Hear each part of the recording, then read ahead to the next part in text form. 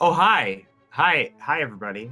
Welcome to SpeedGaming, the best SpeedGaming channel of all the SpeedGaming channels, where we're doing a tournament qualifier for Elite's Best Randomizer for the upcoming SG Live tournament in October. We missed a bit of the race, it seems. Got a bit excited, went on without us. I'm Koi on comms. With me is Frunkin. Hi, Frunkin. Hi, Franken. I did that last time. We've missed a bit of progress. It's just the light world. Nobody cares about It's the just light light world. world. It's just Kakariko. Who cares about Kakariko? Snorefest. I think the trackers were doing their work though. Doing their best. So hopefully, I mean, like it switches the spots where everybody is, so it's hard for the trackers to know who to be tracking.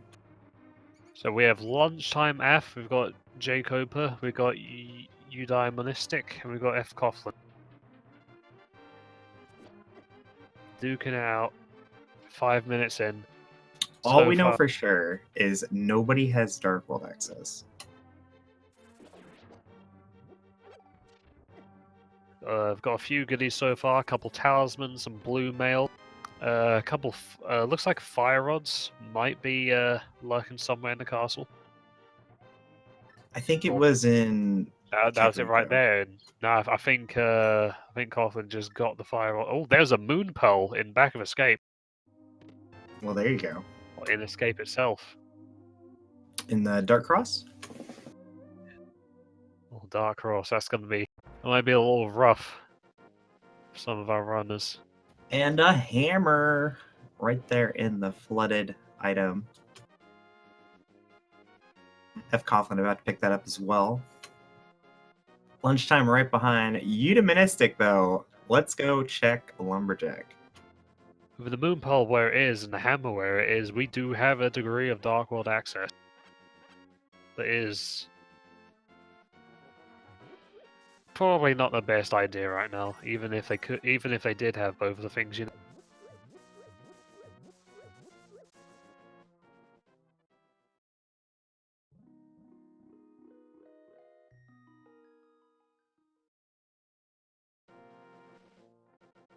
We've got 3 of them going to Mini Moldorm Cave. We've got to get a ledge check, lumberjack check up here.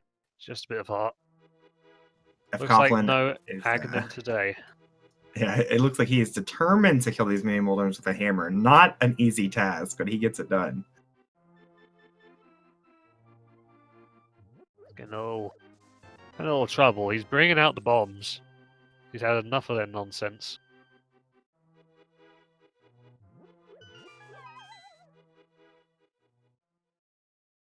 Mini Moldorm not having too much special in it.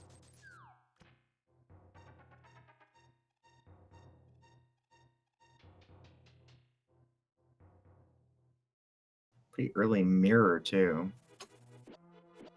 We've got a lot of useful items, but not quite the ones we need right.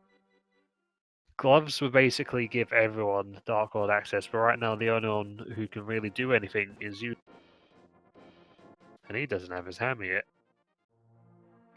Yeah, well, the interesting thing about like the early light world, the early routing of the game is all these things, everyone's eventually going to do all of them, even if they go in different directions. Dark Cross might take a while to get to for some of them, though. That might just not be on their mind. Yeah, a lot of players try to skip the front of Escape until they've seen the back, but sometimes the game forces you. J. Coper going to turn in his mushroom. Did a little fake flipper there to get over here quickly.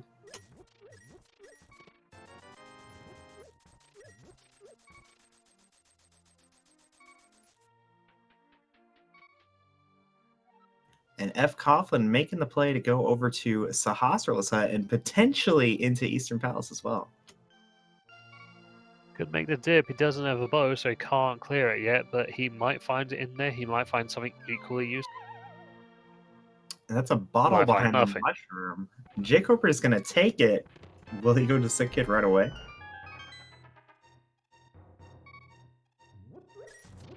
Link's house looks like no. But he's going west, so what do I know?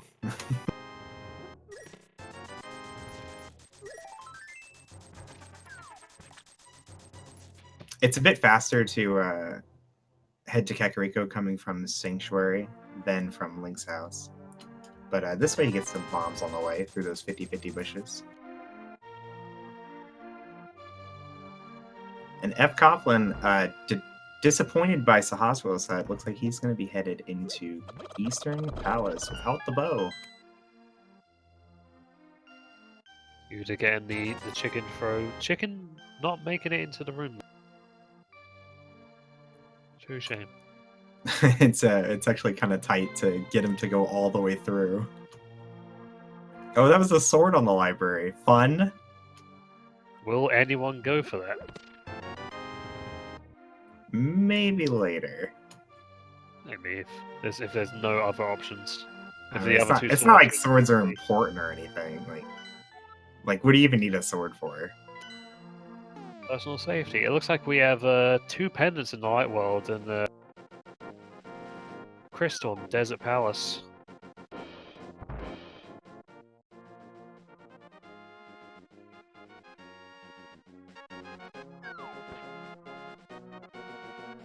Eastern not paying off just yet. We'll continue. Got a couple of vanilla links here as well. And of course we have Luigi, everyone's favourite younger brother. And the son brother himself, Soler. What is that from? That's from Dark Souls. Oh. Dark Souls 1 specifically. Never played it. It's a good game. That's not this game.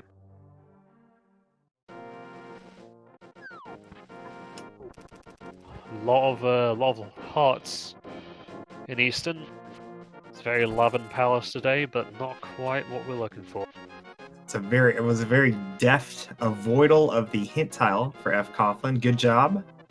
Hint tiles, of course, are disabled for this entire tournament.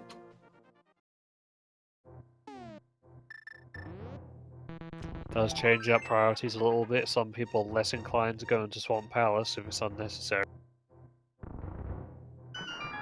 Ooh, Lunchtime about to get his Moon Pearl.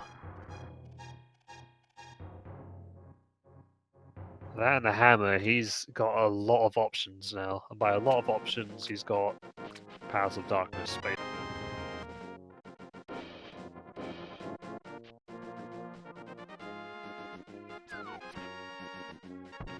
Coughlin makes it through that dark room, headed to this last chest, which is out of logic for him, but is technically in logic if he were to go get that lamp. But just a compass, he's gotta leave. Where, oh where, could this glove be? I think Agina's the only thing that we haven't seen. Yeah, no one's visited Desert yet. It could be on Desert Ledge, could be in Nagina's hands, could be in Desert Palace itself. Unimonistic down vanilla to glove. half You'd have a art. bit of trouble with the mini gold. Oh, I misses the fire on shot. Oh, Oh, Boomerang's not gonna help yet. You gotta throw a bomb. There we go.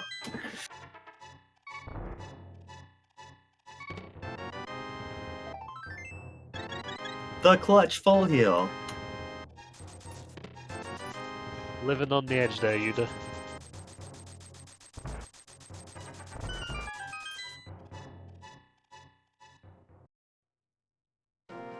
Lunchtime peaks at the Hylia Island, just 10 arrows.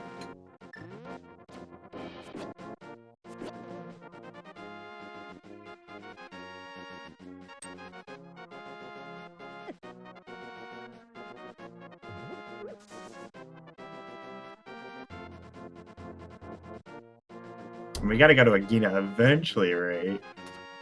It's such an out of the way location though. Like I would expect everybody to do pretty much everything before heading over there.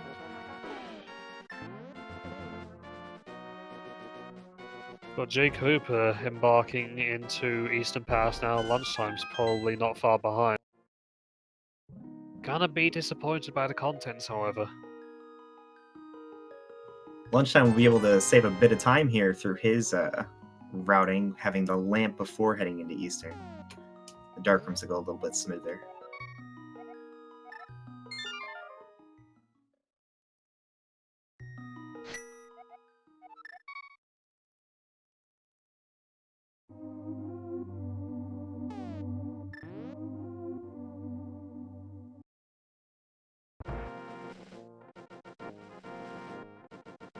F. Coughlin's gonna go front of escape, where he'll find a Moon Pearl and a... It was a lamp, right? In Zelda Cell? Yeah. Zelda Cell is the lamp. I think that's Zelda's lamp.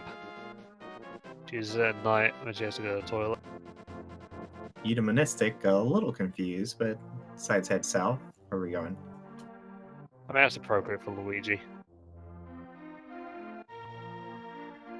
I don't know where we're going. Does he have a glove?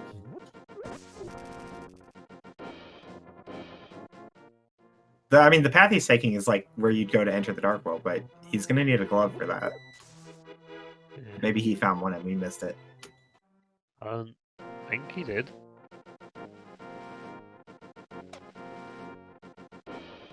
Yeah, no glove. Rip. Oh no! You're feeling a bit silly right now. Oh, that's going to cost him a bit of time. Alright, Agita's Cave? Agita's Cave? Venus can go on. Maybe? He's going No, nope. east Nope. again. Hasn't he already been to Eastern? Oh, I have no idea. Or was it Coughlin that went to Eastern? It might have been Coughlin.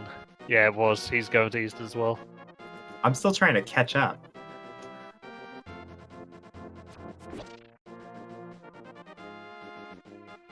Jay Cooper's headed through this dark room. He's using the boomerang to help identify his location. He made it through. He got the key.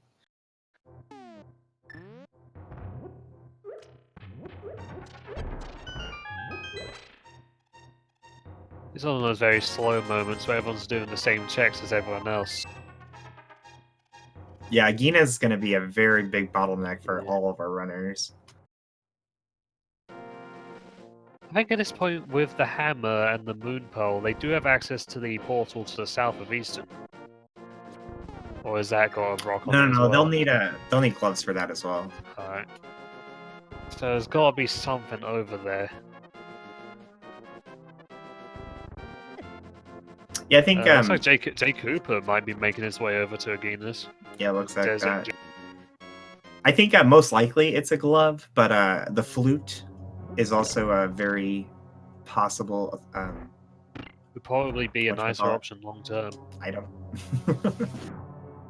Yeah, glove opens up the mountain and all of the Dark World, where a flute would only open up the mountain.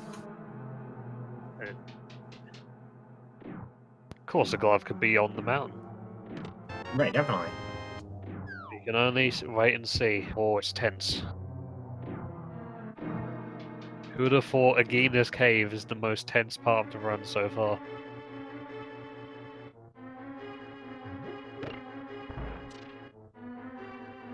It's the glove. And there is a glove. Jay Cooper now has access to the Dark World. Let's and go. he does not have the Moon Pearl, though. Oh no! Oh, Cooper. Well, he will be our first runner to check the back of Escape, though. He does have access to Back of Escape, but will he go to check Dark Cross? Or will it slip his mind, as it slipped mine many times? Well, there will definitely be a small key back here, since we haven't seen that yet. And with the Fire Rod, it's not too troubling to do these dark rooms.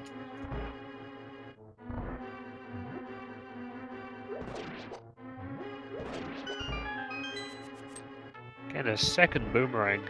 But he Oh didn't- no, no, Cooper! No, this might be He's good for him, out. because now he's going to find the lamp if he goes front of Escape. Oh, he does, yeah. Are you going to Secrets Break Up the Mountain? Don't do it. Come on, Jay Cooper. You know it's not logic. On time, entering the Dark World. Going straight for the Hype Cave. He wants those goodies.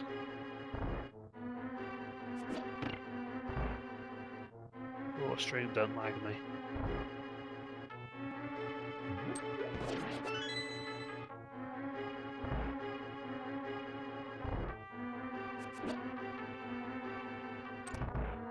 Hype Cave, not all that hype. We got the Canis Samaria, though. Nothing to do with it yet, without those Titan Smiths, but, you know, you'll probably need that later. It's always nice to have. There's only one Dark World pendant dungeon, which is Skullwood.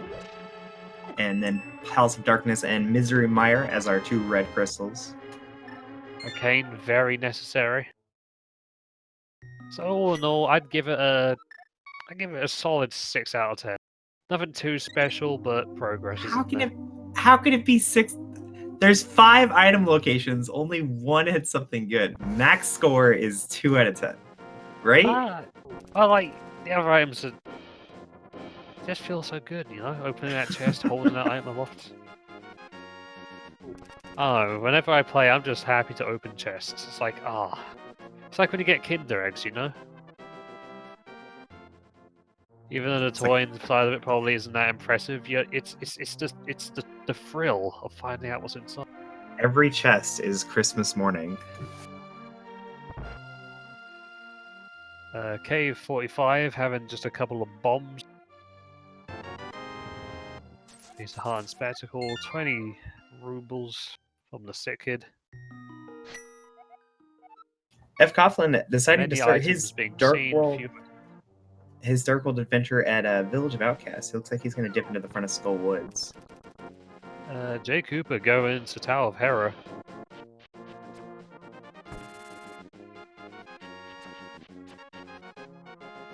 A lot of divergence here. Is interesting to see quite this much divergence this early in the run.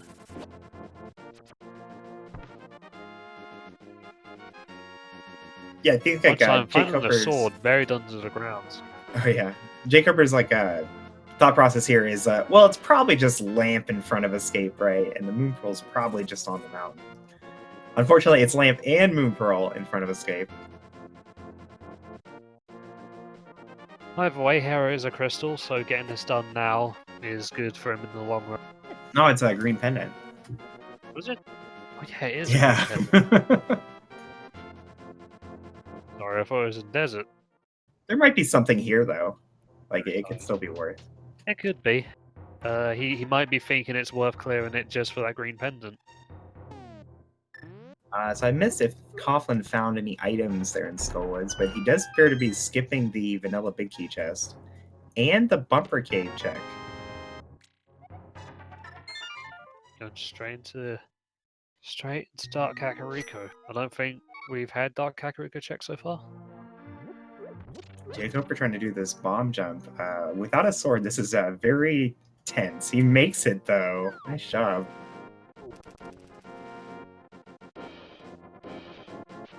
Measly old potion.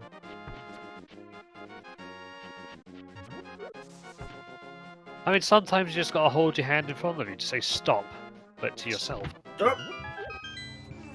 Lunchtime, where'd you like get that sword? Where did that sword come from? He dug it up from the digging game. Oh, nice. Someone buried their sword underground. Alright, Oh, Cooper's gonna be fighting Moldor with the hammer, so this will either go really well or really badly. He's doing good so far. So finding that sword before heading to Village of Outcasts is actually immensely helpful because he's going to have a much easier time on blind. Cooper getting a pretty clean kill on Moldor, getting the mighty shovel and a green pendant. That's a couple of extra. That's like 2 checks for 1 from the boss, so might be worth it. And I think that was an ice rod in the chess game. Sure looked like it. Might have been. It's easy to miss important items when you've got 4 screens to watch. Right, they're all going different places. Can we get some bottlenecks, please? So both Lunchtime and F. Coughlin are going through the Town right now, and they're both going to be able to full clear it. But when F. Coughlin gets to blind, his options are going to be Samaria and Hammer, where Lunchtime has the superior sword. It's a regular old sword, and that's all you need for blind. There's the book sitting in Thieves. Yeah, that sword is going to have a much easier time, because blind takes the same amount of hits regardless of your sword, whether it be standard or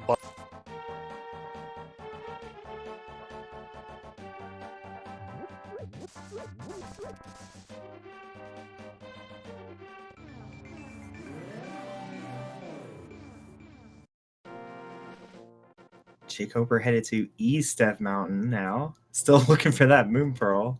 If this dead rock would let him walk by. Oh my gosh! He's getting bullied. You know, you can't hit the dead rock, because if you do, he's going to get in the way. It's going to waste more time. You just have to accept that you will be bullied by the dead rock. You know how some like online shooters have like favor the shooter as part of their like lag or whatever, so that the person who makes the shot is favored of the person trying to dodge the shot. A Link to the Past has favor the dead rock. If you try to swing at a dead rock and he walks into you at the same time, he always wins, 100% of the time. Alright, well, we got... Oh, there's a bombos.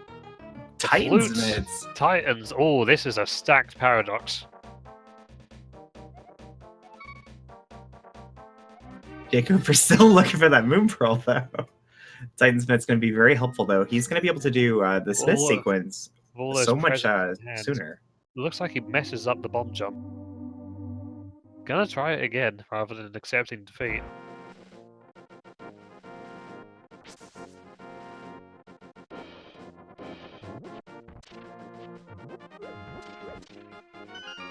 Gets it on the second attempt, no problem.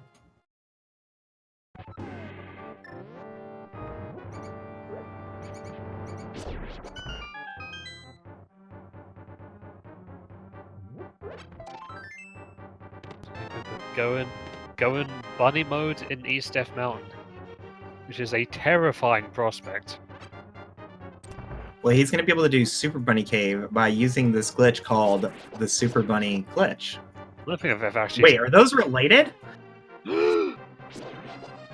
Amazing. Essentially, when you don't have the moon pearl and you fall down a hole as a bunny, when you land, you're now a super bunny who can open chests. His power is beyond that of regular bunnies. Oh, you're not going to check the TR medallion? Alright. Eudaimonistic, forgetting that he already checked the Dark Cross chest. Oh, it doesn't hurt to be far. Maybe it does.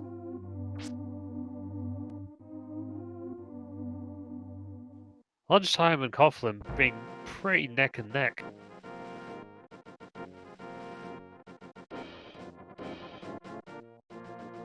Well, it looks like it might be a case of the big chests in Thieves Town containing the small key. We have to see what the boss drops. Alright, Lunchtime starting his blind script now.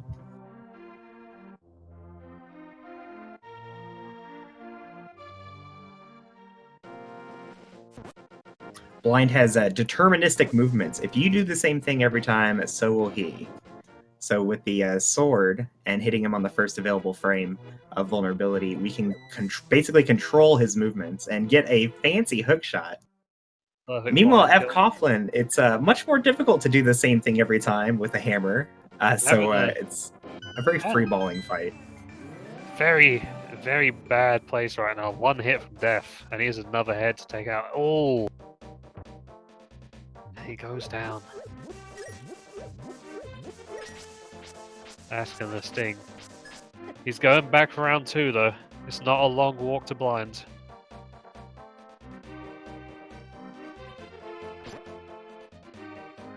Joe Cooper activating his flute in the bottom left.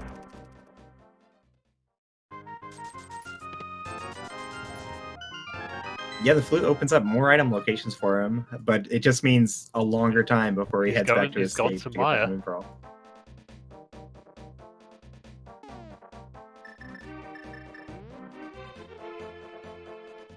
All we can really do in Maya is oh, he can't even open it. Yeah, can't even open anything. No, he's going onto the ledge. Yeah, he'll be able to check Checkerboard Cave and Desert. He could even check Myers Shed out of logic by activating another Super Bunny glitch with the mirror.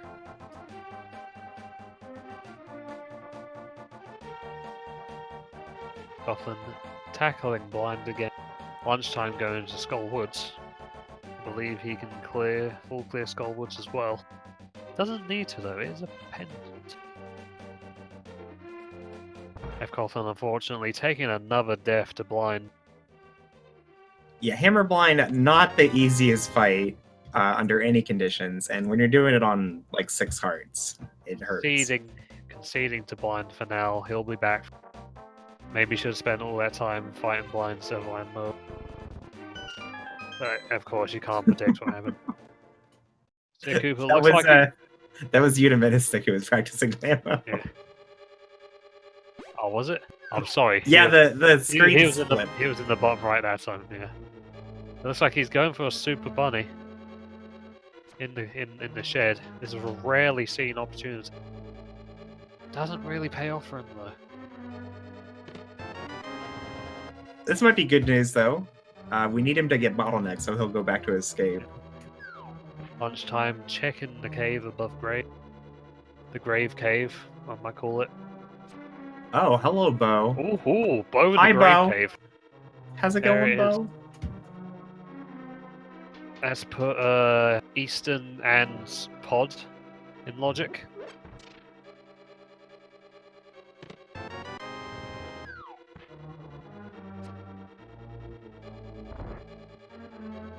I didn't see it was in checkerboard, I don't think it was that important.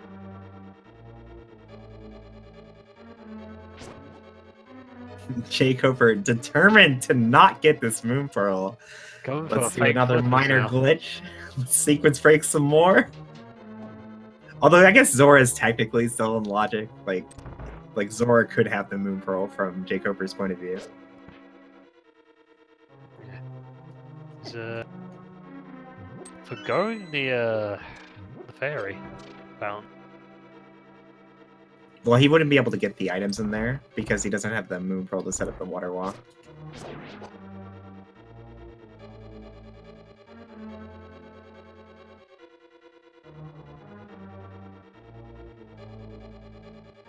It's actually kind of surprising to me that he's going Zora over Front of Escape, because Front of Escape is still more than one item.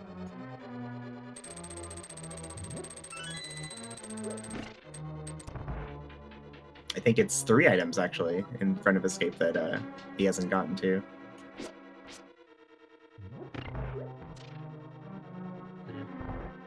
Lunchtime making his way over to Pass of Darkness from the looks of it with that. Zora not paying off. Is it time? A life lesson. Is it time? It's time. Let's go. Front of Escape. This is happening.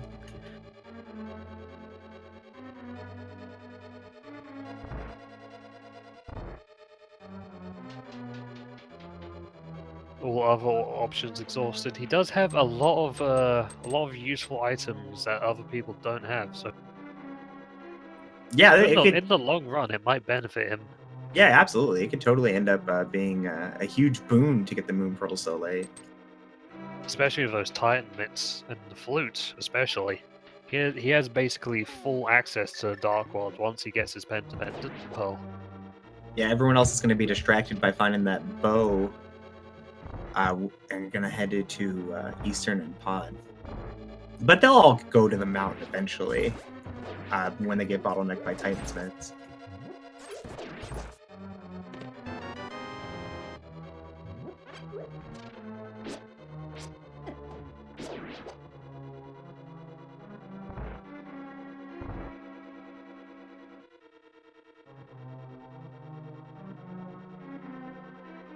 Kaufman heading up Death Mountain the traditional way. Lamp and everything. The way Zelda intended.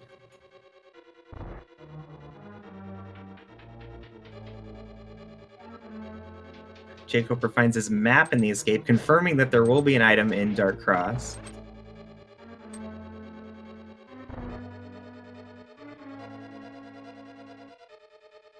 And Eudeministic starts his blind fight. The food they serve the gods last centuries. I don't get it. I think it's like... It's not. Yeah, you get guards and sentries. I understand that, but like, there you go. what is their food lasting Yeah. for centuries? Reaching. But you got it, so it must have worked. You're getting a pretty clean blind fight.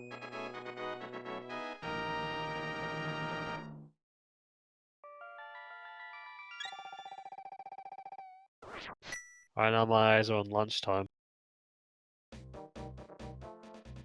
As is in the Palace of Keys.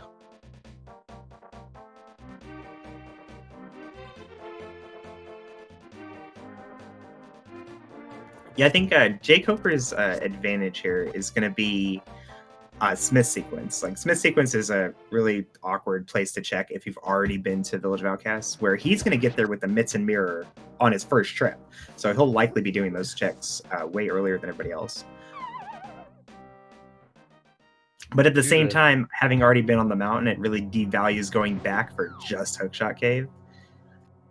And he did not check the medallion to get into her rock. So if he goes up there looking for that, it might end up being ether or something.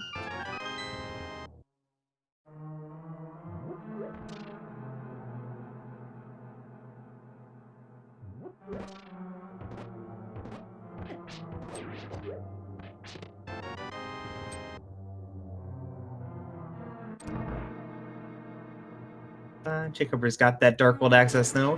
He's decided to start in Village of Outcasts. Always a safe bet. We've got 3 pretty easy checks there. And the fairly plentiful Thieves Town itself.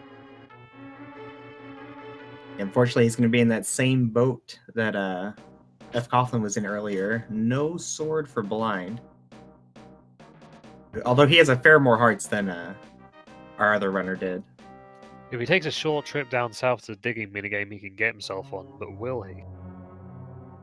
It's really uncommon routing to see someone do that. To check digging game before Thieves Town.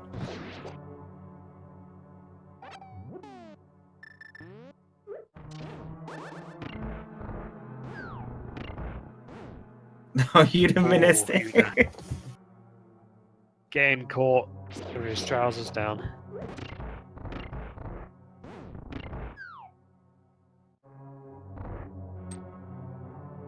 Wall Masters are the big boss. At least in that room, it just puts you back to the door, which you already...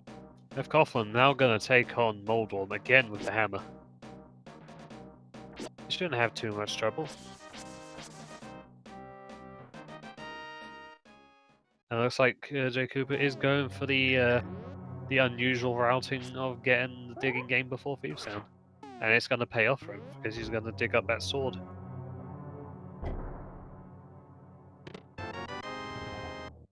Nice sword.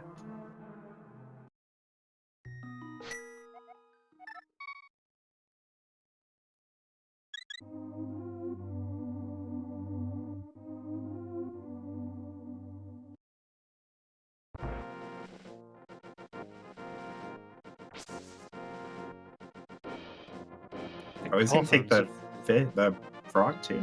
Okay. Oh, he can. There's no reason not to. Well, like the main reason not to is the purple chest, because he can't take the purple chest into Thieves Town, and once he kills Blind, it'll reset the purple chest location.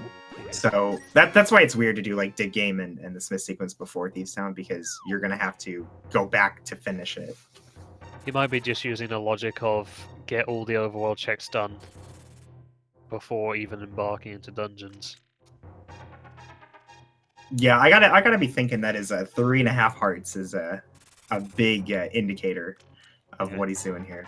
He just doesn't want to go into Thieves Town. Maybe get enough quick full heal or something before doing anything. He's actually gonna skip Thieves Town. He picked up the purple chest. Yeah, I mean, it's not that hard to get to. You may just be figuring, maybe I can get some more useful items. Maybe he's thinking it took him a while to get the moon pearl that he's behind.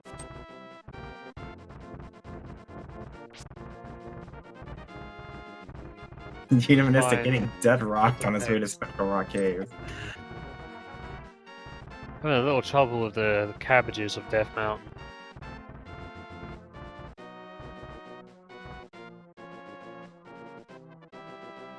F. Coughlin about to get his Paradox Cave boon. Yeah, Flute and Mitts here. Thanks, game.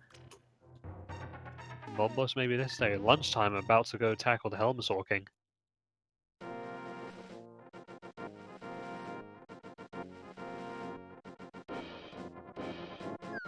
Yeah, I believe Pod has been pretty empty so far.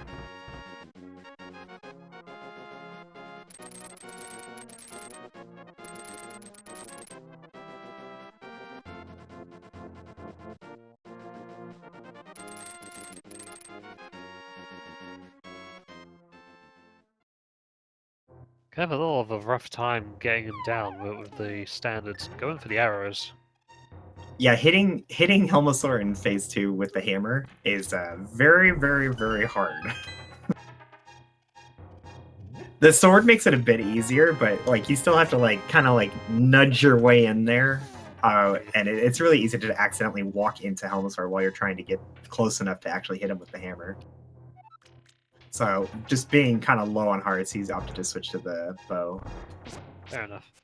In purple chest, not going to pay off, having a measly 5 rupees. It cost that twice that much to get the blacksmith item.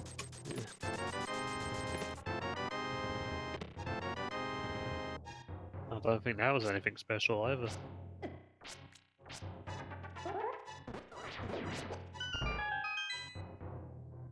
If Coughlin about to go to Maya, might get a peek at the medallion necessary. It's looking like ether. It's a Quake or It looked like Quake to me. I can't quite see, it's a bit blurry. Yeah, we're on a lower resolution than the Twitch stream, I think.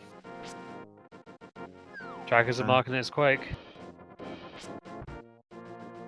Trust their judgment. If that's the case, we have access to Maya. Yeah, full access. Coughlin might consider just going in at this point. The smart thing to do right now would just be to clear out desert. I think it was boots locked. Map in the map chest. I don't remember anyone actually going into desert. I guess we'll see. Yeah, we saw Jay Coper go in earlier when he was looking for the Moon Pearl. This is his quest. There's vanilla small key on that candle. It's something you never want to see. Unimonistic headed towards Hookshot Cave. F. Coughlin was unable to do this earlier when he found his mitts, not having defeated Blind yet. Maybe something good there could happen. Does have, I believe, 4 checks in the Hookshot Cave. And the required medallion for TR is Quake as well. Wow, double Quake. And Unimonistic can and probably will full clear that.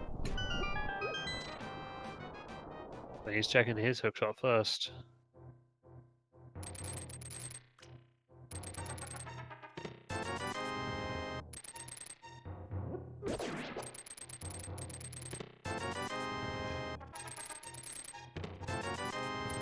Just a lot of 20s. Oh! And there's Boot hiding at the end. Good luck hovering to that. Goes for a victory hover. Looks like he's gonna grab a fairy.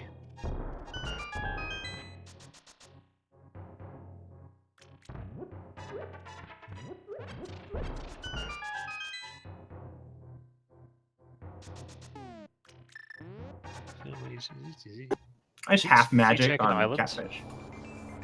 Yeah, I guess you didn't look at it earlier. It is just a couple of bombs.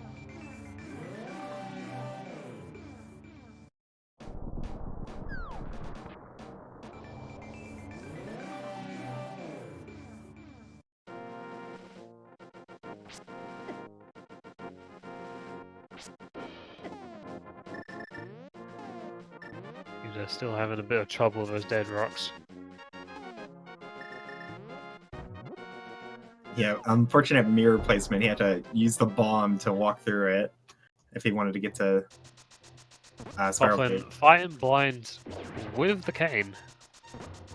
He has a sword, opting not to use it. Maybe they forgot they had a sword.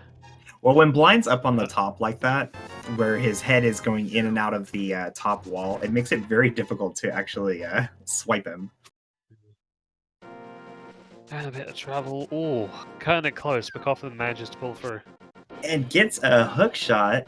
He's very happy to see that, I'm sure.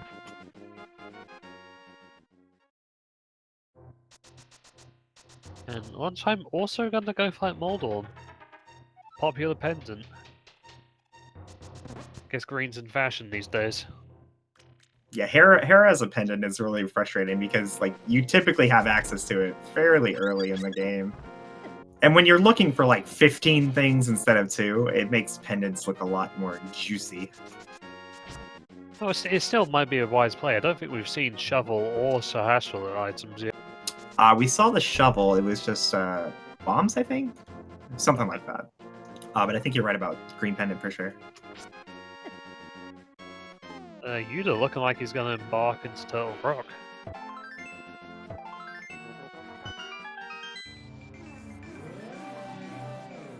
It's a very early Turtle Rock. Yeah, Turtle Rock is the play right now. This is a lot of items. It took a lot of items just to get inside. I think it's very likely we're going to find something good in here. Lunchtime And it's also probably the also flippers. looking to go straight there. Maybe no. He's gonna check East Mountain first. Go to everyone's favorite spiral cave. Very fun without boots. Good job not checking the hint. I'm proud of you. We don't need no hints. Their only real like downside to doing TR this early is that you're probably going to be doing Hammer Trinex, and it's one of the harder fights for players to learn when they're first starting. But all these runners are pretty experienced. I don't expect too many problems.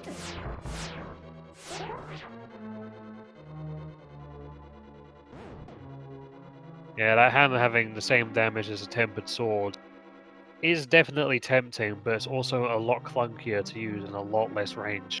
If you're good with it, you probably don't even need a sword. Coughlin getting the half magic demon.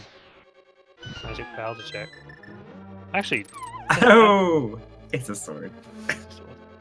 Hey, does he have magic powder? Did he do a No, he did fake powder. Nice. Getting a master sword out of that. I'm terrible at explaining like why it works, but essentially he uses the Kane of Samaria's "you don't have magic" error sound or whatever to trick the game into thinking he was casting powder. Yeah. It's a very obscure glitch that you don't use that often, but it pays off a little. He's got a master sword.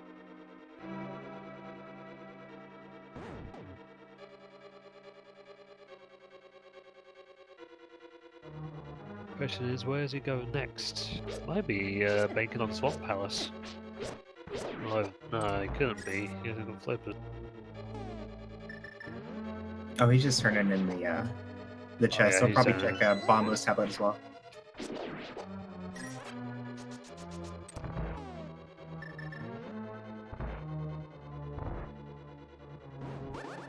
Yeah, he has the Master Sword now. He can get both of those tablets. I don't think anyone's checked the tablets either, so could be valuables within them.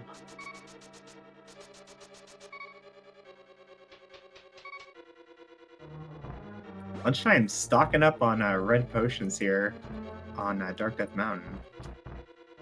Coughlin, he bombs that darn specialist in the desert. Yeah, Spite there. Come on, he's just doing his job. I walked all this way, and you it's not only his took fault me the chest 5 is garbage. rupees.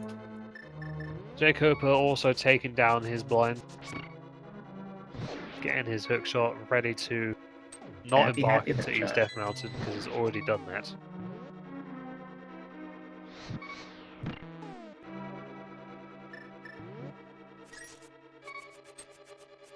Looks like Unimystic wants to fake powder. I'm not sure. Yep. He seems to be trying to do he so. Exhausted his. What is he doing? He used up all his magic though. He's gonna cast Samaria and then immediately switch to the mushroom, which will cast powder. Oh, he's using it on the fairies. Yeah. Wow, that's an interesting strat. You don't typically see. Lunchtime getting his boots. Bugnet in Turtle Rock. I don't know how it hasn't caught flames yet. And Jacob about to get his bow. Unimonistic, you probably wanted to go the other direction to get the full magic. Uh-oh.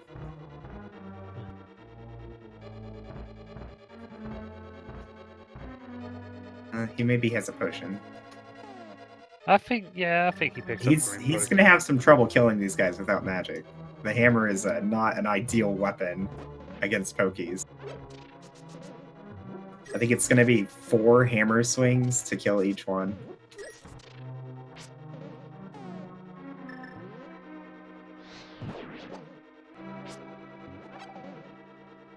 Oh, we got a nice magic drop there. Nice. I like that Bunny Luigi. He just turns classic.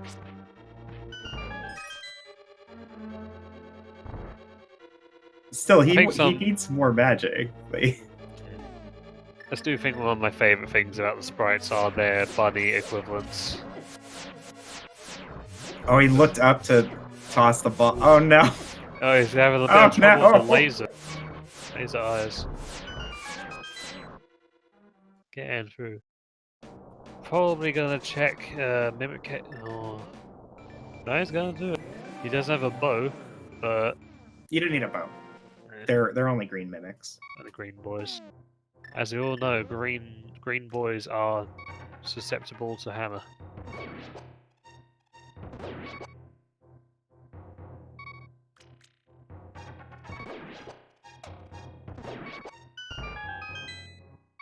In the cave holding a fantastic 10 arrows. I'm a little worried for Unimonistic. He's gonna need like one tiny sliver of magic to cast the Samaria block in the Samaria maze. He can go back to the double Poke room and get another small magic from that pot. Actually, yeah, just looking at his items, everyone else has a lot of bottles. Oh no, he's just taking the death. Yeah, he's taking the death here for the full heal, or for the partial heal. Makes sense. No, still no magic, however. He does have the boots. Maybe he's gonna hover the whole maze. Oh dear. Can't possibly. It's possible. It is possible. Not even Andy would do that. Well, it's not really time efficient. Even if you're like a perfect hoverer, it would be faster to just go get the magic. You would be called a madman. I would respect it, but you would have to be actually insane. I'm hoping he just has a green potion and he's just going to use it. He only has one bottle and has a B.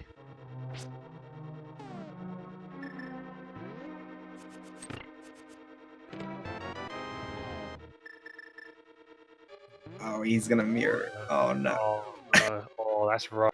He realizes his mistake. Yeah.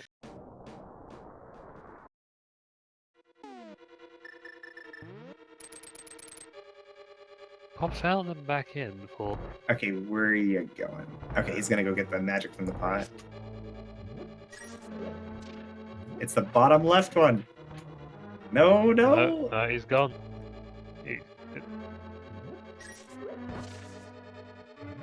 There we go. Okay, that's all you need. You can get another full magic in the maze room itself. You don't need to kill them, just mirror! He has a vendetta. Okay. I mean, I guess Luigi and Pokies, they come from the same universe, it makes sense. Yeah, that's true. We've been so preoccupied with you that we've missed. F. Coughlin has been clearing out desert power. Jake Hooper has been going into Powers of Darkness since he got his bow. And Lunchtime has also been embarking through Turtle Rock. But did anybody find the flippers? No. Okay, then I don't think we've missed too much. Someone down the line, F. Coughlin's doing the Fire Rod strat on Lambo here, though. Did find Ether somewhere in desert, I think.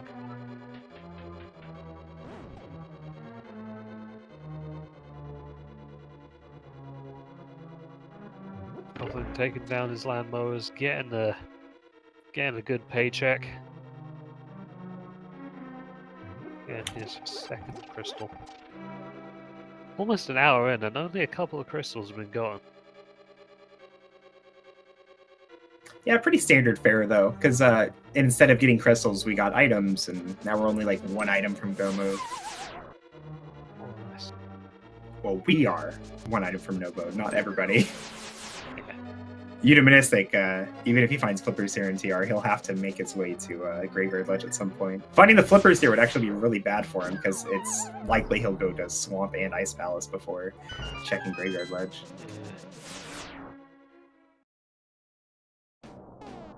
F. Coughlin's going to go into Misery Mire, though.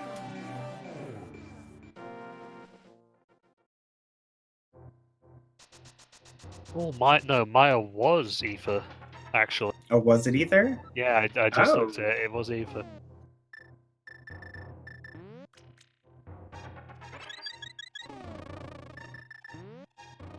Which means to get into Maya, you need to do Desert.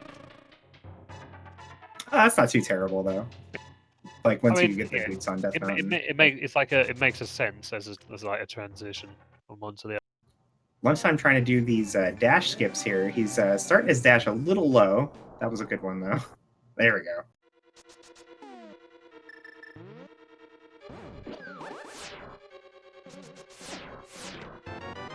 There's the flippers. And that is no mode for us.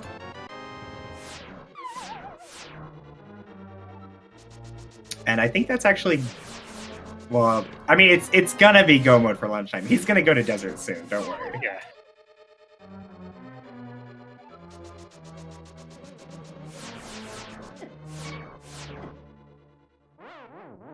Eudaimonistic taking a death there on Laser Bridge, but he did have the fairy from earlier and the safety door, if it comes to that.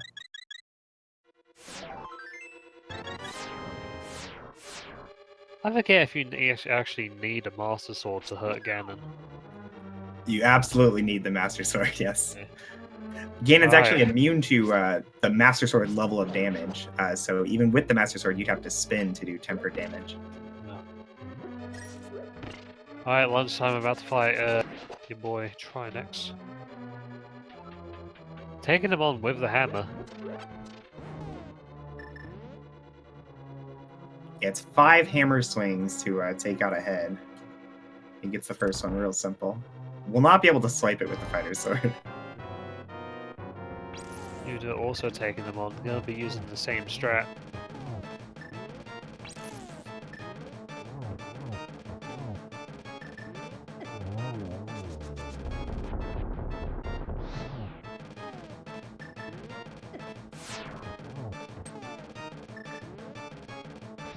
Assuming you don't miss anything, like it's really simple to take out that first head real quickly, as long as you don't miss with the Ice Rod shot or the hammer.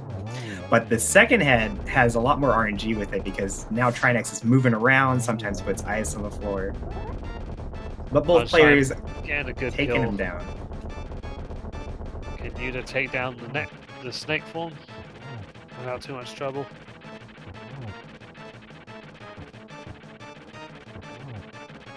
A lot of boss fights happening right now. Right? F. Coughlin doing F. Coughlin fine doing the rough strat. Vitreous. No cape. No bow. He has to do it man mode. Oh, that is a rough. That is 4 hearts of damage with blue mail. Yeah, I feel like the go-to strat on this equipment is to just walk into the slime and use your iframes to get big spins on all the little eyes. But, you know, when you only got 1 heart, maybe not the best strategy. Last eye just dips into him, catches an arm away, and he goes down. F. Coughlin having a rough time with the bosses today. Saves and crits.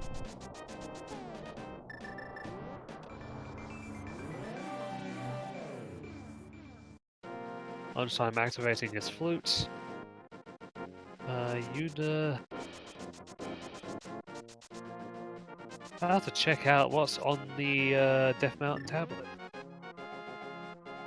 Yeah, Yuda's in a very unfortunate position right now.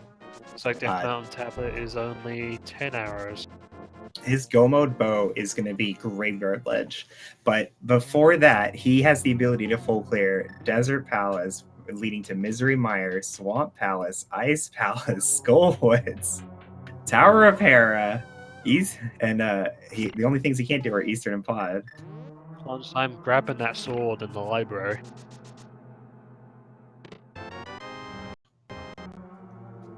I think at this point, lunchtime, yep, he's gone to desert. But he doesn't know that he needs ether, and he doesn't know where ether is. So what will his next move be? Well, he's going to look right now and see that he does need ether, and then he'll do the Crystal Dungeon, get ether, and then being Gova. Yeah. Unless he decides not to do Desert Palace for some reason. I can't imagine. Alright, lunchtime looking like he's got a considerable lead. Jay Cooper about to go into Turtle Rock.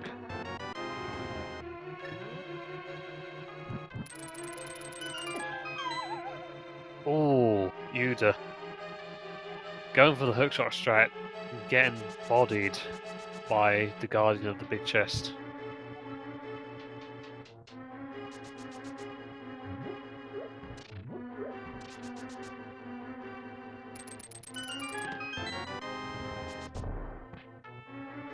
Looks like F. Coffin also looking to go for Turtle Rock. Yeah, unfortunately, this is going to put him in the same position as Yuda, where he can full clear the game looking for Graveyard Ledge.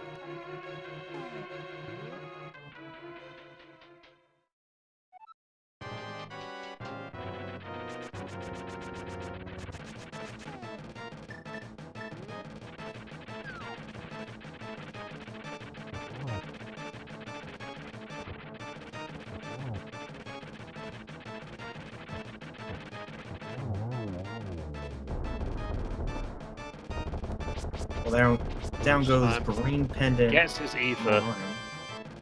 Yeah, that is Go Mode for lunchtime. An hour and 1 minute, and lunchtime is on his way. He still has quite a lot of crystals to get. But, well, so does everyone.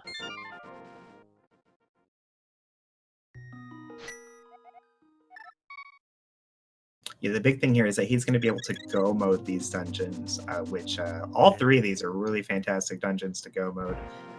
Ice Pass especially. There's a very big time difference. Yes. Being able to just ignore every chest in Ice Palace is such a boon. For those who haven't played this game, and if there are any of you in the chat, what are you doing? Ice Palace is extremely painful to do a full clear of. So the fact that lunchtime knows that he doesn't have to do Ice Palace, essentially, to clear Ice Palace, he probably feels real good. Now, he may check chests that are, like, on the way, right? Because right now he's looking at doing Master Sword Silverless Ganon. Is rough, but doable. Yeah, the main thing is it's really slow. Which would you say is worse, having to full clear Ice Palace or Master Sword Silverless Ganon? Is there progression in Ice Palace? I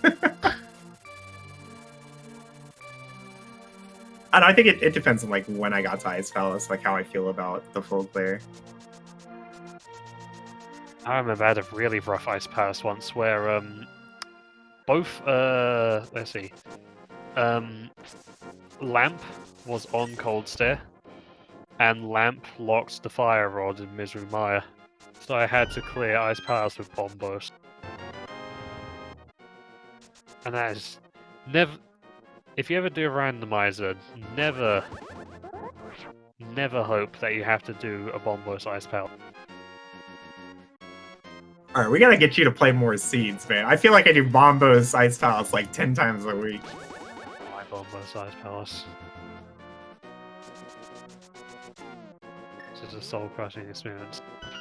Nevertheless, lunchtime about to head into Mire. He has the bow. He doesn't have silvers. Silvers could be on Vitreous.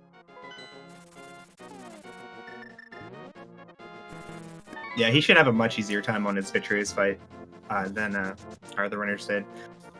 Like, he has a pretty healthy amount of hearts, so he'll be able to like do Master Sword spins in the ooze to work down the eyes. And even if he runs out of hearts, he has like the bow, which is a very powerful weapon against Vitreous, especially in phase 2. What's another Scotland got himself a tempered sword. Probably grabbed the Udet's stocking up on blue potions. Making sure that he has enough drinks for his trip. And stay hydrated. Is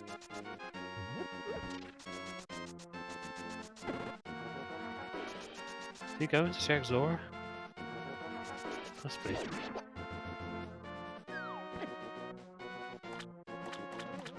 I think this is our first look at the waterfall fairy. Oh yeah, it is.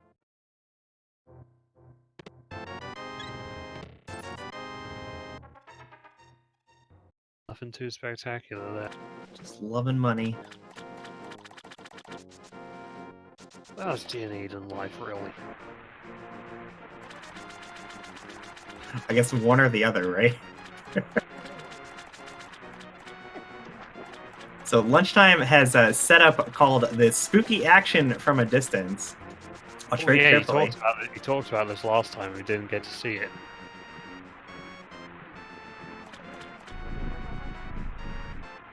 Oh, I think he messed it up. Oh, damn it. He switched. Well, he's switching back to fire on. Maybe he didn't mess it up. Okay, he totally messed it up. Maybe somebody else will do it. You always get me so interested in this trick with that name, and then I never get to see it. It's the ultimate blue balls. Did I explain it before? It's something about fireballs. Yeah, so essentially what happens is the fire rod has like these two components to it, like the main fire rod shot that you see, and then like this area of effect that happens around it. And when you flute with the bird, it changes that altitude value that the area of effect is using. And normally you lose that, and it resets it whenever you cast Samaria. But by dashing before casting Samaria to place the block down, it prevents that value from changing, and you're still stuck with whatever the bird had set it to, which allows you to cause that area of effect part of the fire rod to happen somewhere much different than you intended. And this lets you hit those crystal switches when they are nowhere near you. Unfortunately, during that description, lunchtime took a death to Vitreous. Just Ow. sort of walked into one of his floating eyes.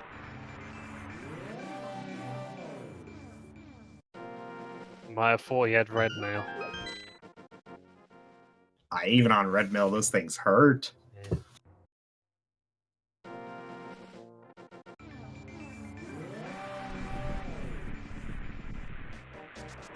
But you'd believe looking for the ether tablet. Okay, that was kind of amusing. Yeah. Okay, so F. Coughlin's doing like a fake powder here, right, to get a heal from this anti-fairy. But he used the fire rod to get rid of his magic. But instead of just fire rodding the wall, he fire rodded the crystal switch. And every fire rod shot, we had to deal with the switch changing animation. I feel like that's not not really optimal efficient. time ways. Yeah. Maybe F. Coughlin figures at this point he's too far behind to catch up and just wants to have fun. Definitely. Well, he's going to have a much simpler Trinex fight than everybody else. Having that tempered sword is a huge help.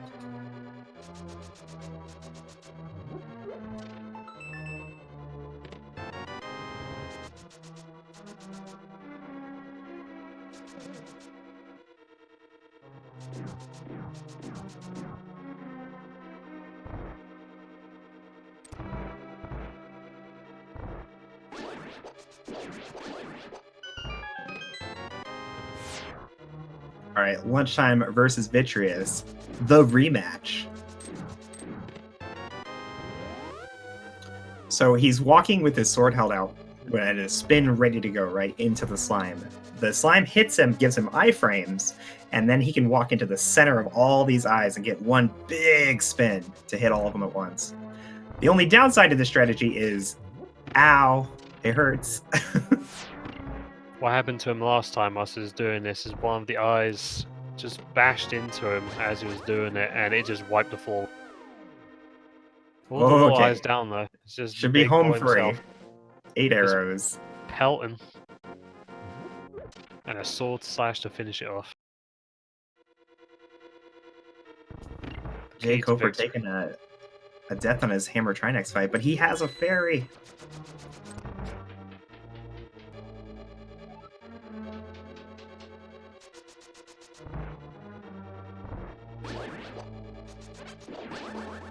I guess lower percent boss fights was kind of the theme of this seed today.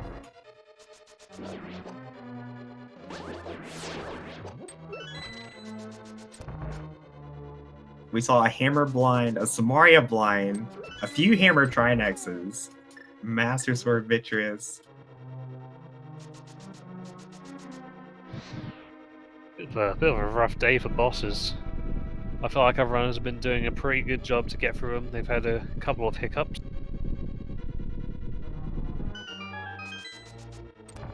Watch life without a few challenges, eh? Easier.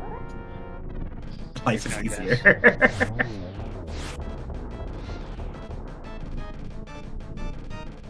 We're now fighting the worms. He missed quite a few fire rod shots. We'll have to finish this off with the Master Sword. And that Master Sword spinny beam kill.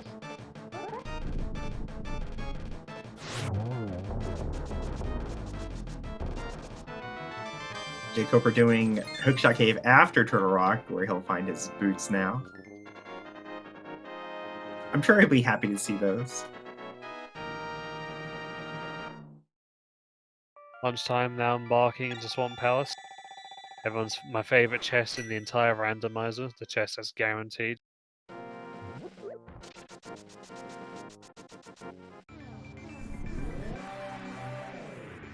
He probably won't even bother with left side of Swamp Palace, will he? Lunchtime definitely won't. F. Coughlin, though, he'll be very incentivized to full clear this dungeon. Searching for that, but both F. Coughlin and Nuda still don't have. Both have access to it. But Yeah, Graveyard Ledge is just, it's so out of the way. Like, it's very difficult to make the decision to go all the way over there to check that when you still have crystal dungeons you can full clear. I mean, maybe now that they all have boots, they might think I can also get the kings. That might incentivize that area. Yeah, the problem with that is that both King's Tomb and Monk Rocks are accessible from the Light World, where you'd still have to be going to the Dark World just to get Graveyard Ledge.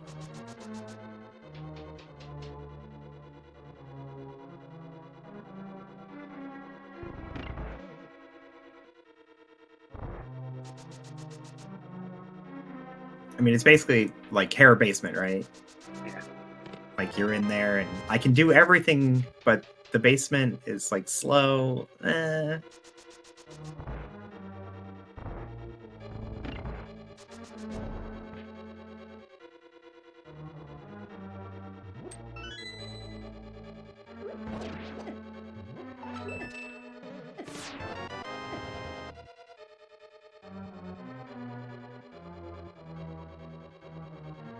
Actually, it looks like F. Coughlin's is skipping left side Swamp Pass.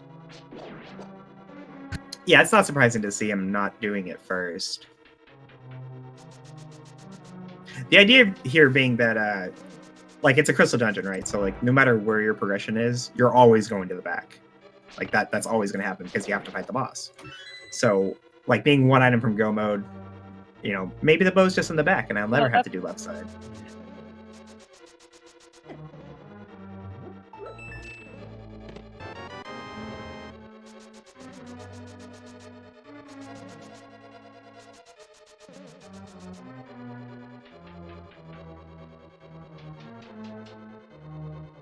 Lunchtime and Coughlin gonna start their Argus fights almost simultaneously. Yeah, but we'll be able to see how big of a difference having that Tempered Sword makes. Coughlin already done with his old puffball phase.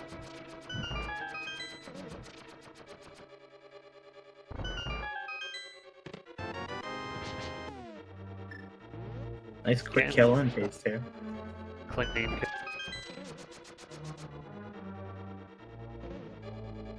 And the compass and its crystal.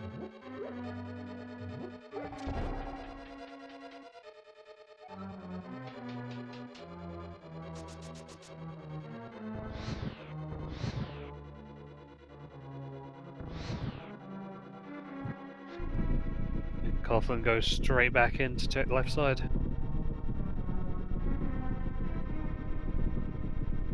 So Cooper taking out his land mowers. Yuda doing the cutscene chest.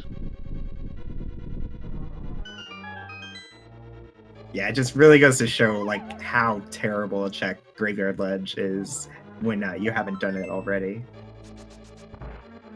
Like if you have the mirror when you're doing like front of Skullwoods or something, it makes sense to walk over there and grab it real quick, which is how Lunchtime and Jake Cooper got it.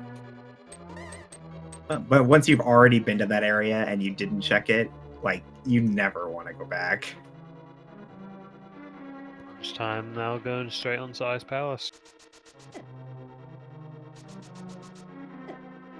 She should have no trouble with.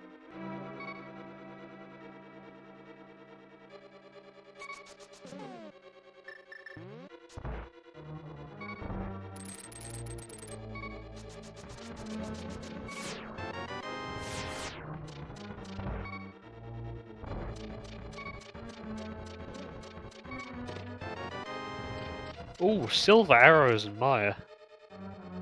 Oh, that's nice. Silver arrows, but no bow to shoot them with. Where was Coughlин's sword? Was it? I guess it was the big chest. Oh yeah, it must have been. Well, Coughlin has acquired the mighty butter sword, so he no longer will spin attack for the rest of his day. So that confirms that unless Lunchtime goes really far out of his way, he will be doing Master Sword Soloist Ganon.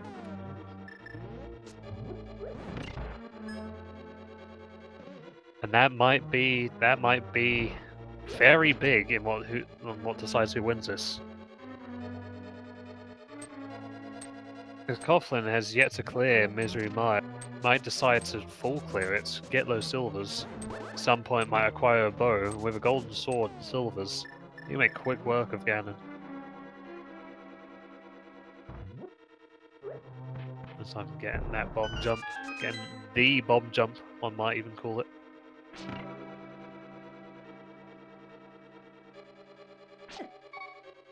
You never realize how good the Ice Palace bomb jump is until you have to clear Ice Palace normally, because you can't do bomb jumps. Yeah, it's definitely one of the more important glitches to learn.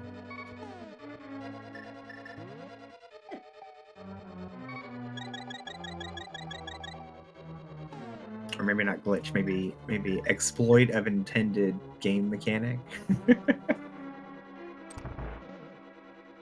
Nah, it's mobility tech, like like whenever you see a task of Castlevania and it's just him sliding backwards repeatedly. Yuda now taking on his Vitreous. He has got plenty of potions.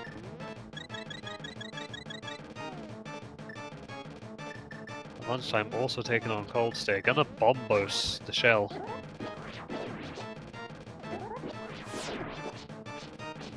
It's a little faster to use the Fire Rod rather than casting bombos, but it's also a lot faster to Fire Rod him rather than doing tons of Master Sword spins in phase 2 here.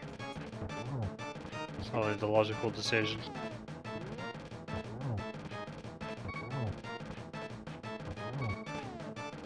You're doing a hammer Vitreous phase 2. That's terrifying. Having to slap that eye away from you with a measly hammer. Yeah, it would have been a lot safer to just do Master Sword swipes, but it's way faster to use the hammer. Unless you die! Oh, that is so rough. That is so rough for you to... Not backing down though, he's going straight back in. He's going for round 2. Meanwhile, Lunchtime has taken down Cold Stare, his 7th crystal, and he will be headed straight to Ganon's Tower. All right, now guys. Oh, he's gonna get some potions first. Oh, So we got some time. We got some time. In Ganon's Tower, there will be 22 item locations that he will have to check, looking for the Ganon's Tower big key that he needs to finish the game.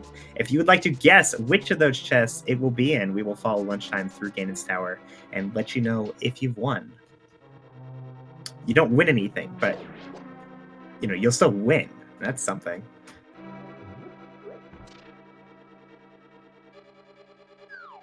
What number are you feeling, Koi? I'm hoping it's in the very first chest, because like he's on Master Sword Silvers, right? So he's gonna want the big key to be kind of later, so he has a better opportunity of finding swords and silvers. But if it's in the first chest, he won't want to go check other ones.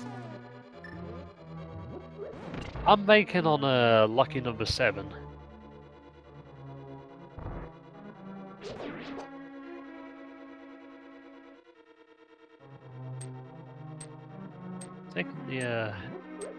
Taking the scenic route up Death Mountain. Oh, this is the fastest way.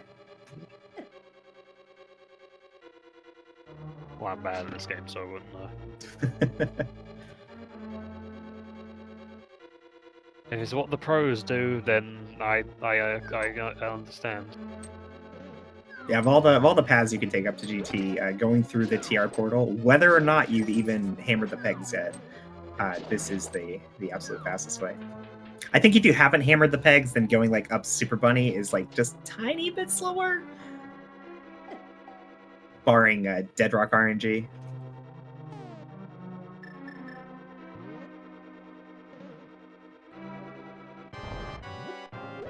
Alright, well, user's about to refight Vitreous using the bomb strat to this. As lunchtime is about to go into Ganon's Tower. Bell Tower of Power.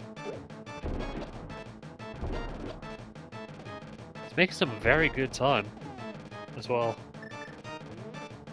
Does Jacob not have Ether? He does not. But So he did kill. Uh-oh. Oh dear. That's not good. Nice. Not. So I believe that is okay, so number 1 is a full heart. Number 2 is some rupees, and he's out. Yuda unfortunately taking another death to Vitreous. That is very rough. Number 3 is technically a chest on the lamp, just a small key.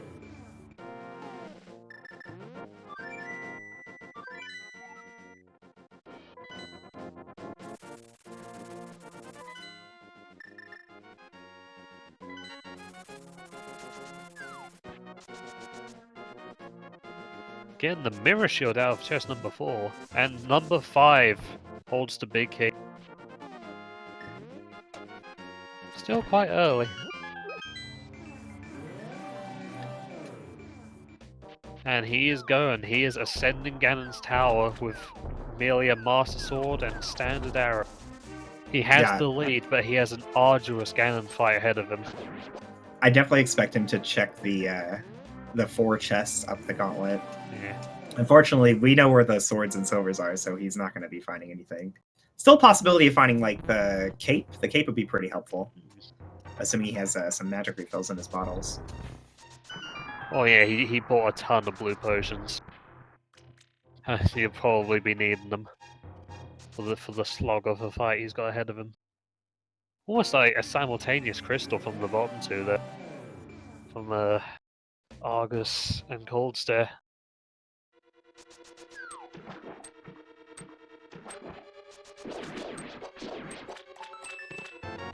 I don't recall where Lunchtime's 2 swords were found, but I know that he did not grab the one in the Swamp Big Chest or the one from the Magic Bat. Yeah, the other 2 swords were, one was in Dig Game and the other one was in the Library Ledge. Right, I remember now. The Dig Game and Library Ledge, I believe, are where most people have gotten their 2 swords, and Coffin's the only one who's managed to get all.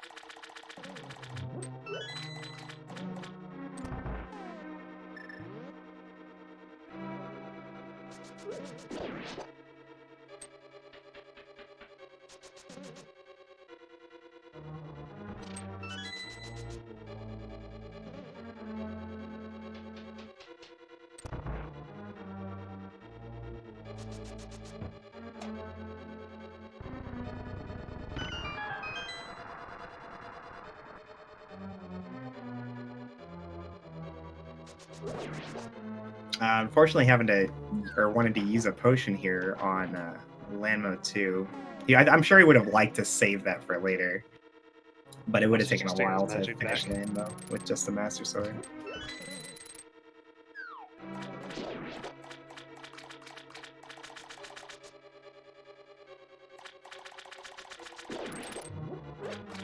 And Green Pendant was 10 arrows, we find out.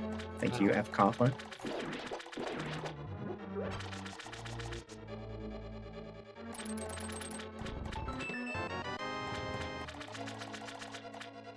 Coughlin about to go into... Oh, he's about to go into pod without the... Oh, that's just painful to see.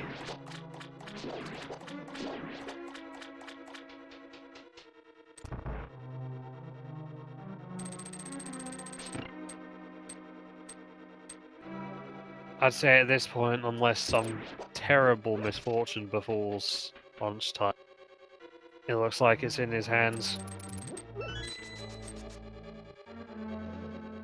Yeah, he's a fairly big lead at this point, especially if J. Cooper has actually orphaned that Ether Medallion into Desert Palace, which I believe was in the big chest. Yeah, in the big chest. Because of that alone, no one else is in go mode. Lunchtime finding the powder, so our Force Sword was technically, or logically, locked behind going up the gauntlet in GT. Oh, nice.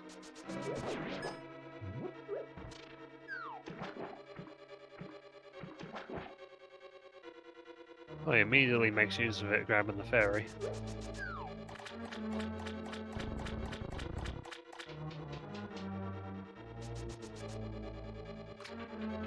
A Master Sword Moldorm.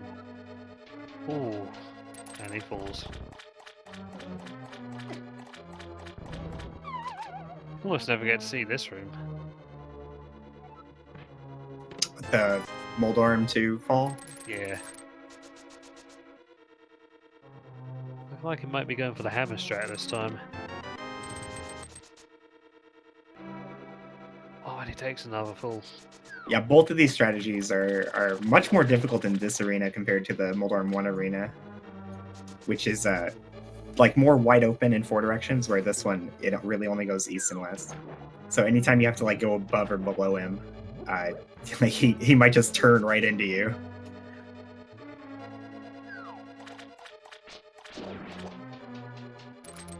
Nice. Manages to get him though. And the last chest will probably open. It's red mail. Well, that's, you know, of all the things he could have found, that's the best one. He'll take it. And it looks like F. Coughlin is finally heading into Graveyard Ledge, which will be his go mode.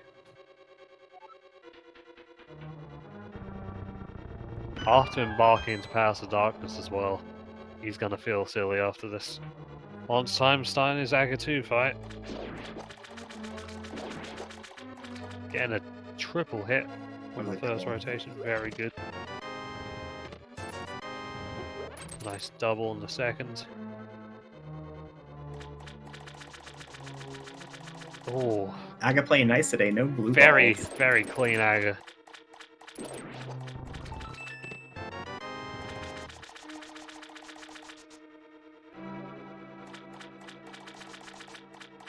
This time looking to round this up in a nice 1.5 hours.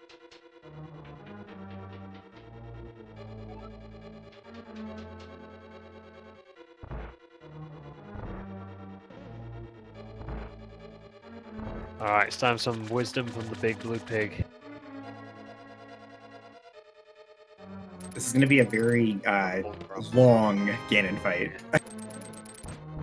It's like classic Ganon fight length. So with the Master Sword, it is 12 spins in Phase 1, 12 spins in Phase 2, 4 spins in Phase 3, and 24 spins in Phase 4. Yeah. For a total of a ton.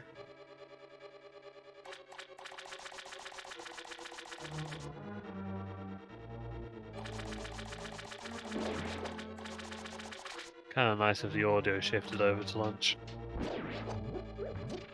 Get a real intensity of it going.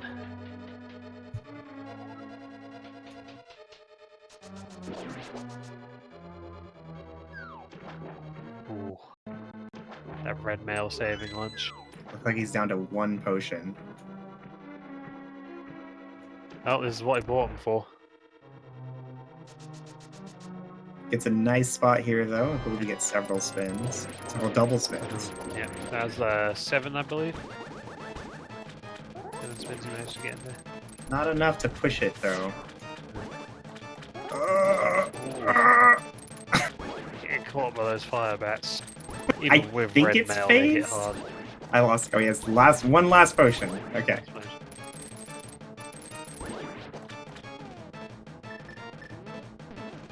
He's Alright, managed to get we're in a phase fix. 3.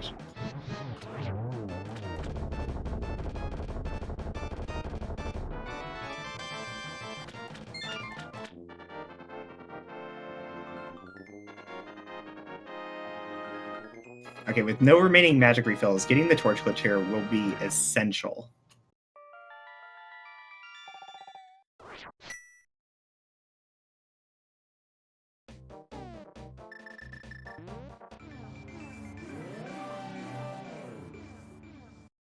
So you bait the bird, walk over to the torch, light it. We're good. Okay. 24 spins. There's 1. I'm not going to count them all, though. It's gonna be. Oh no, he didn't get the torch glitch. No, he did. He relit it. Listen. Yeah, the torch glitch is when the second one never goes out. Oh, okay. The first one will always go out.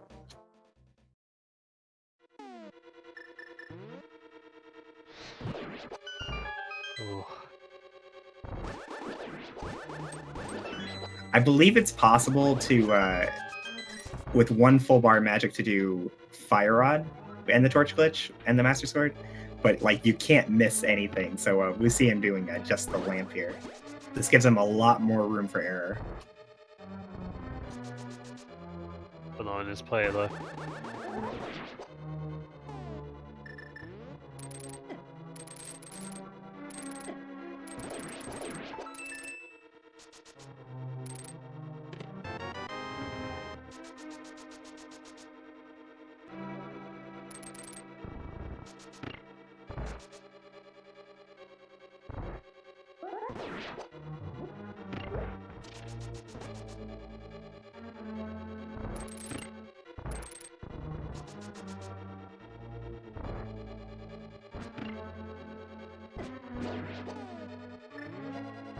Sorry for the silence, we're just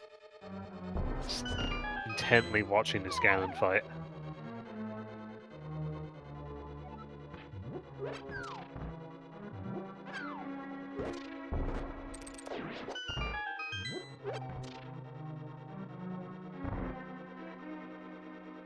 It's got to be almost dead, right? I think he's close, yeah. Why won't you die? For the Master's Sword was supposed to be the Bane of Evil, not the eventual Bane of Evil. There he goes. There he goes. Get out of here, Ganon. Oh, that's why you get silvers, kids.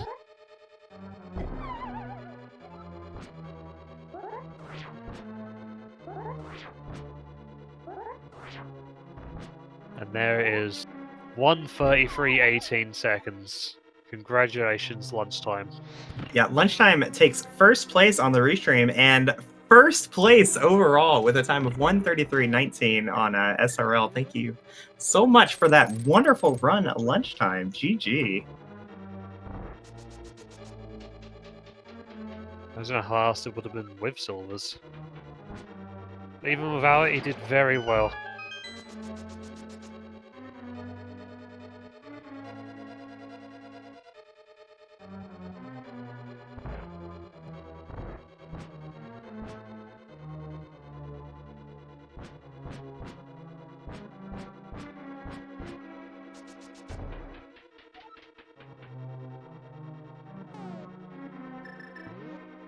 Meanwhile, in every other runner that we've been entirely disregarding. Well, F. Coughlin's here in Palace of Darkness. He is in go mode. Just got to kill Helmasaur and he'll head up to GT. Jake Hoper has unfortunately orphaned the Ether Medallion in Desert Palace. And Eudemonistic still needs to head over to Graveyard Ledge to get his boat.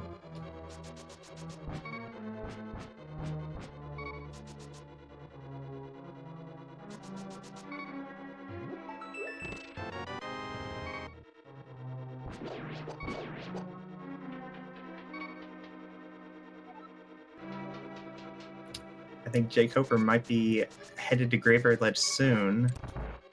Hopefully not going into Skull Woods. Well, Jacob has his bow. Oh, right. Yeah, that's right. He needs Yeah, Ether, not bow. Ether. Darn. Okay, The thing is, like, it's so unlikely that he'll go back into desert. He might not even realize he missed something in desert. Yeah, the key layout in desert. It I think it was one item on the right side, and then the other was in the big chest. So you see a lot of players like go straight to the boss instead of checking the big chest, hoping that the big chest was just map or compass. And if you get distracted enough, you might forget to go back for that second item.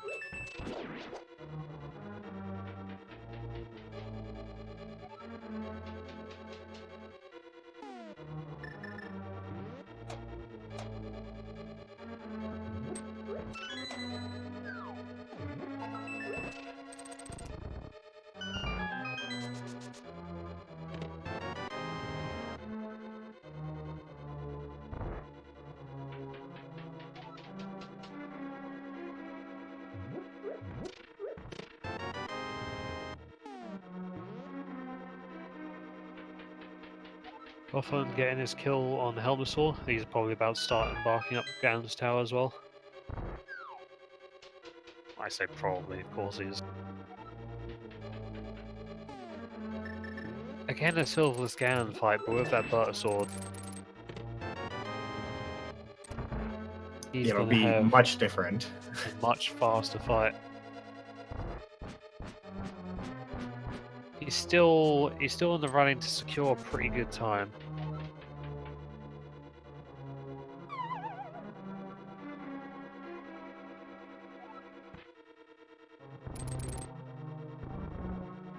This lunchtime having the fastest time is very good for him, especially if he's going to the Speed Gaming Live 2019.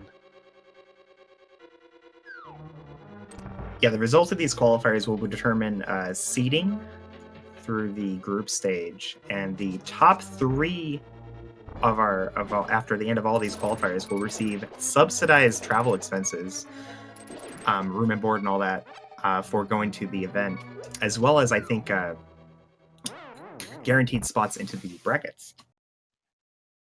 Oh, you'd have taken a death in Ice Palace from that Freezor. Ouch. He's just having a rough time in general.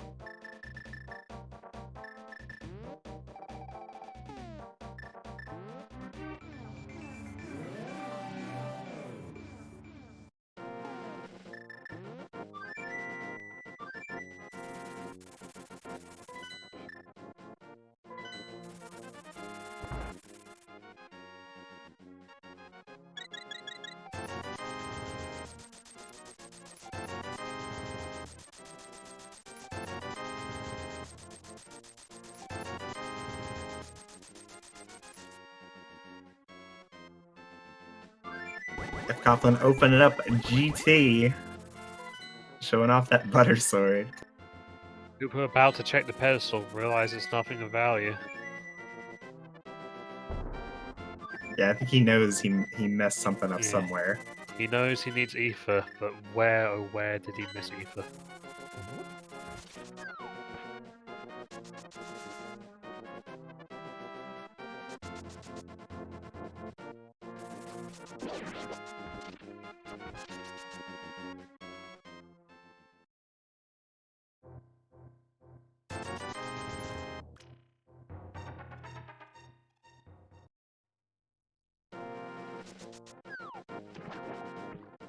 Coughlin getting his mirror shield and his big key. He's about to start making his way up the gauntlet. Yeah, he opens his extra chest just in case he finds silvers. No luck. If you will. Where were silvers? I already forgot. Maya. Oh, right, yeah. Yeah, in the room after the collapsing floor of the hook shop. So I think, what, right side of Maya?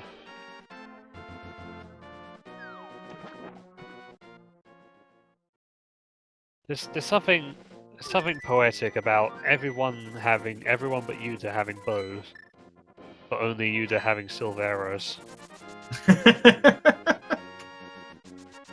One person who has them and he can't use them. This is my life! He's going back into Ice Palace to finish the job.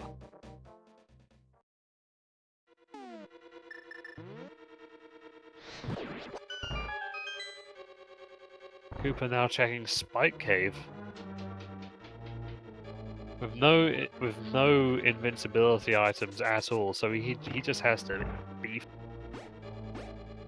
Yeah, I think he knows that this is out of logic, but he's hoping that he only skipped Caper Cane, unfortunately. Easily 20.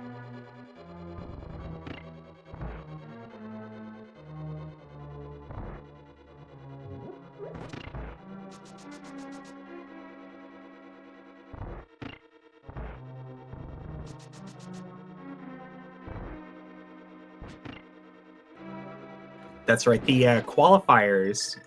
Qualifier is kind of a misnomer. Participating in the qualifiers does not guarantee you a spot in the tournament. That's going to be based, like, I think it's first come first serve on people who buy tickets, but it does determine seeding. So somebody who participated in the qualifiers will have a better spot than somebody who didn't. Plus it's practice. Yeah, I think the practice is a big thing. Like, it's really difficult to overcome the muscle memory of checking hint tiles. So having all these extra races before the tournament, very Speaking of helpful. which, for the tournament in October, will the rule set be the same? Yes, although I think it's probably going to be on B31, but it should be essentially the same. One of the upcoming changes for B31 will be the option to disable hint tiles. So they wanted to have the qualifiers set with that. Fair enough. I wonder if they have more sprites. Some of the sprite work in this is there's some exceptional sprites out there. And yet there's no Waluigi sprite. Yeah, I think we have something like 200 sprites now. And yet still people have sprites that they want to see created. It's a job that will never be complete. I mean, if a game this simple, it's not. You know, if you have the skill to make sprites, it's not hard to do. But I remember I asked somebody once, because I don't know, I have known nothing about creating sprites, but they said that it's not difficult, but it is very tedious. yeah, because all it really is, it's just you've got like your sprite sheet, and if you want to create a different sprite, you basically just have to replace it pixel by pixel. It's just making it look good is the hard part. You're now going to take on Cold Stare, exhausting his entire fire rod, and about to start temper sorting it into the corner. Oh, Yuda, don't let him do it to you.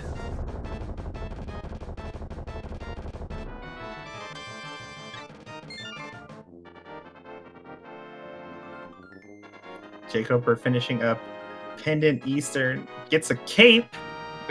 Of all places.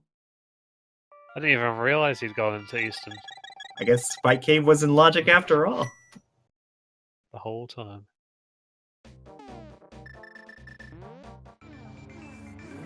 Coughlin coming up on his Aga 2 fight.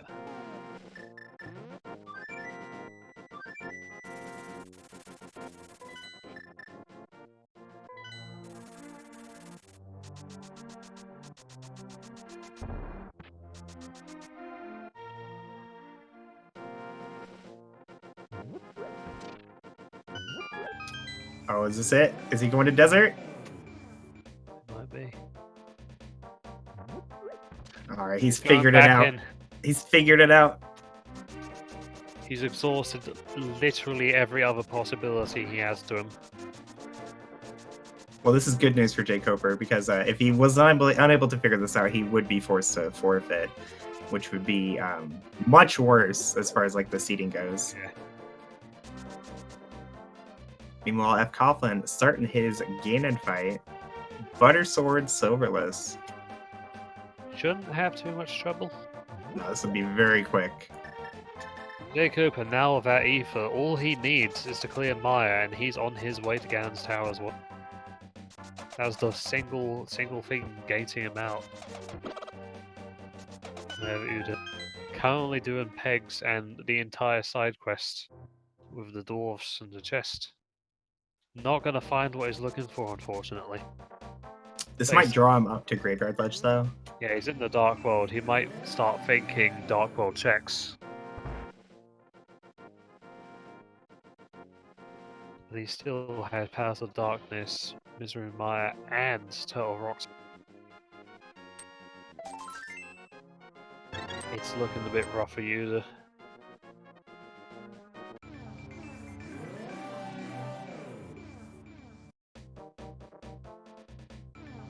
And just like that, we're on to phase 4. It is 12 hits with the Butter Sword. They don't even have to be spins, although spins is a lot easier. You can slash him with the Butter Sword, but it's likely muscle memory. He probably isn't used to having the Butter Sword. No. It's like a 2-frame window where you can actually hit him, and the reason like spins are easier because the spin lasts for like 30 frames. So as long as your 30 frames overlaps those two, it's fine. But a swipe is very, very small, so you'd have to line those up perfectly.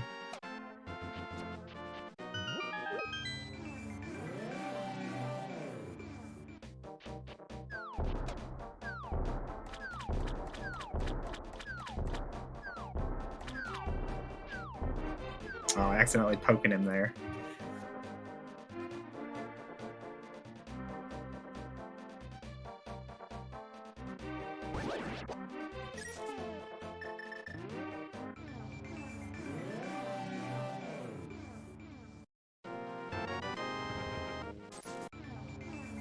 Finishes it off with a satisfying triple.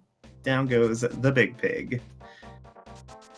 Taking him down approximately 14 minutes after lunch. Lunch finding that bow early really kicked him into the lead, and Coughlin finishing with 1 hour, 47 minutes and 24 seconds. GG, Coughlin, very good. Yeah, that's good for 8th overall.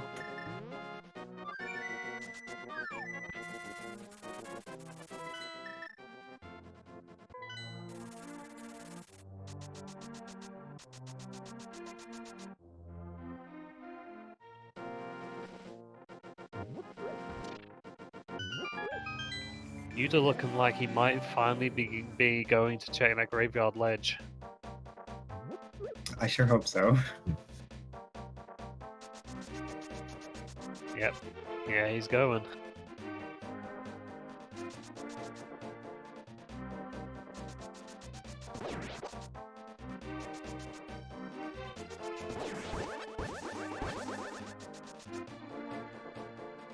Checking of all places the bump cave, which I don't think we've actually seen what's up there. It is just 10 arrows.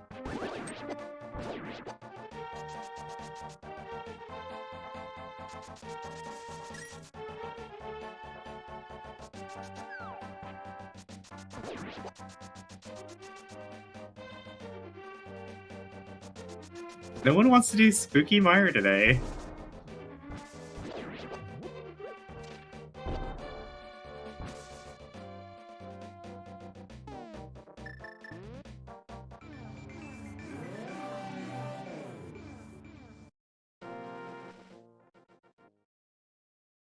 Jake Hopper, unfortunately. He's hit that switch again. 1 hour and 49 minutes. Yuta finds his bow. That's gotta hurt. Yeah, it was last location. Completely bottlenecked, unfortunately. But it's go mode now. All he needs to do is just finish the fight. He's pretty much cleared most of the dungeons as much as he can. So basically all he's got left now is just to truck through the bosses. And with those silver arrows, he should have a easier time. With at least 2 of them. Oh no, apparently he did do Trinex. Yeah, he did Turtle Rock. I think he still needs to kill Vitreous though. Didn't he die to it Yeah, before? yeah, he died twice to Vitreous, even with his potions. Speaking of which, Jay Cooper's just defeated Vitreous and is about to make his way to Ganon's tower.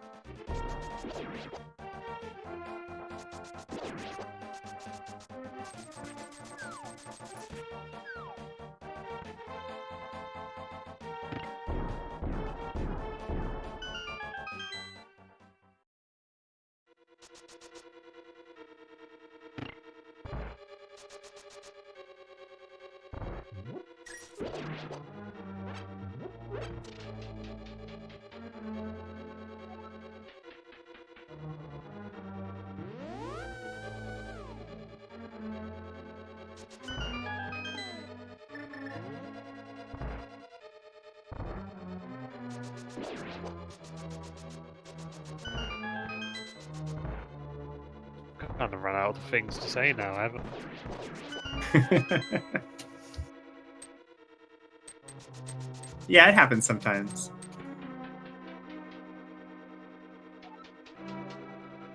I guess we could take this time to what's the word? There's a word. Promote our runners. Make sure you guys go to their channels. Lunchtime, Yuta Mystic, Jay Coper, and F. Coughlin. It's not easy. It is not easy to play this game while knowing that everybody's watching you, judging you, criticizing you, and to push Talking through about it. you behind your back. To push through it is it's tough sometimes. So make sure you show them some love. Go to their channels, throw them a follow. They deserve it.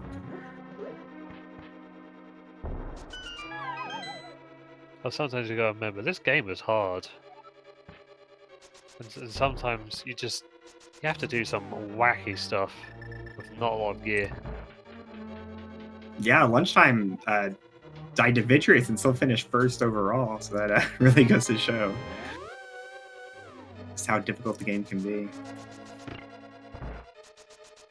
So somewhere down the line, Jay Cooper actually found silvers. I guess he thoroughly checked Maya.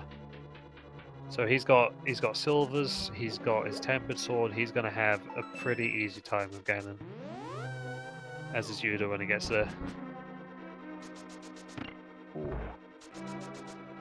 Yuta accidentally mirroring before opening the chest. Oops. Whoopsie daisy. Got a little excited there.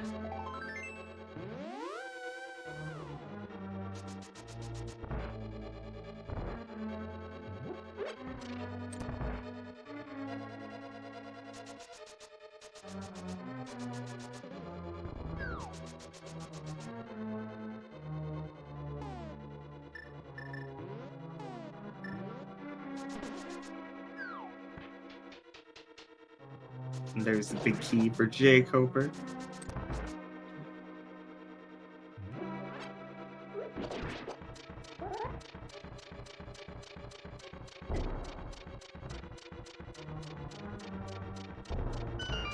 And Yuta doing a hammer jumping here. Doing that stylish jump. There's effectively no reason to do that in this situation. Like, he's just looking for the big key. I feel like at this point he knows he's got nothing to lose. The big key can be in here. Oh yeah. Like, could have just gone up.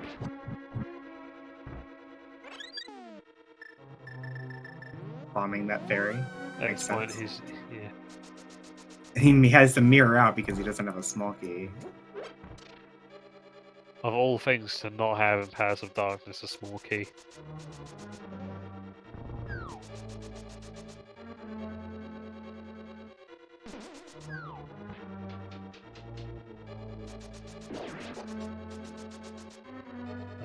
Coffins, important stuff. It's always interesting to see.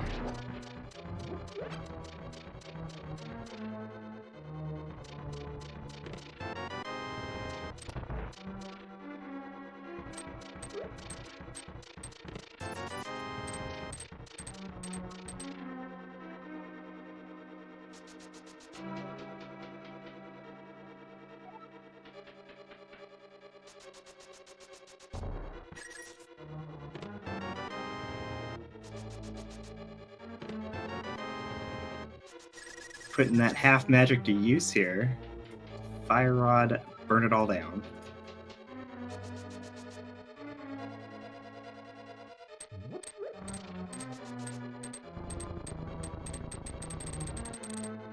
Yuta, big key, small key in hand. Let's go, Helmosaur. The Silvers, you should have no trouble.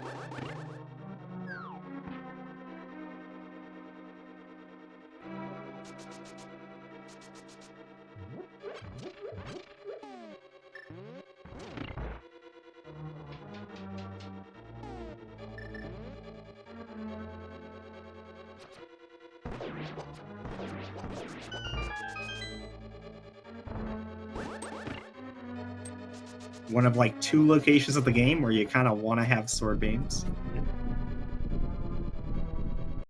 Having sword beams right here will save him 2 menus.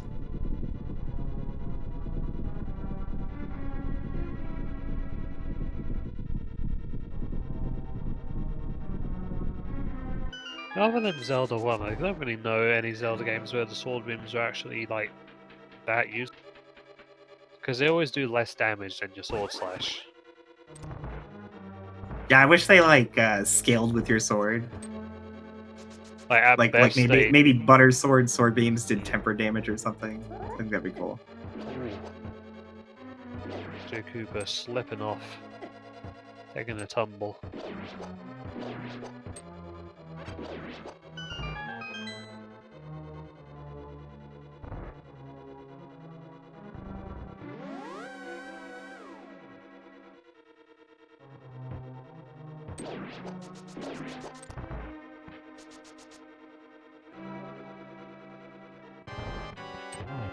Now gonna fight his Helmosaur King.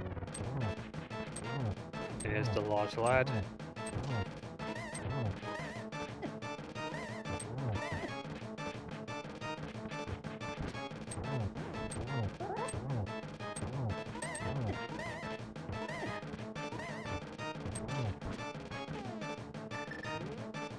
Tempered and silver. There's no reason to check those extra chests in the gauntlet. Let's go, Echo. Let's go. One silver to the forward, takes out the Helmosaur. Moldorm going down to getting that fully geared link hook. Well, almost fully geared.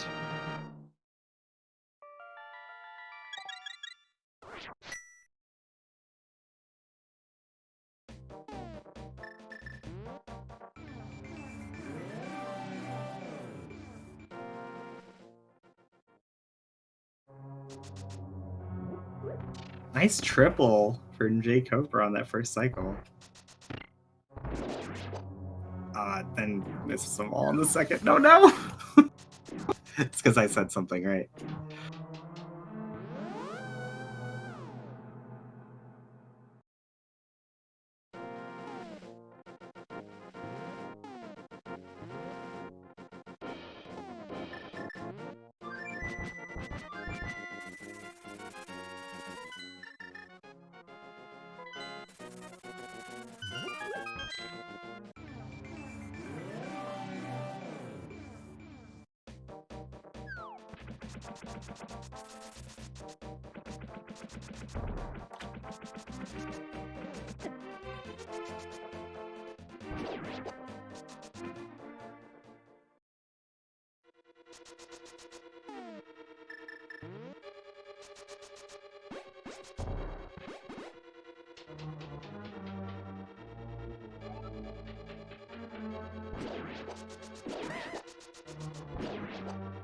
That'll be phase 1 done for J. Coburn.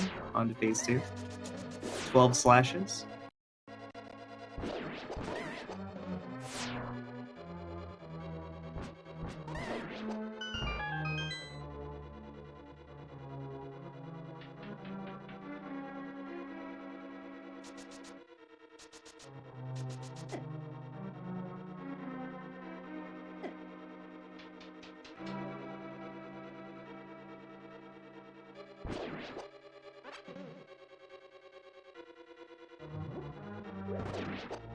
And he's already been here, so we can just go straight to the boss.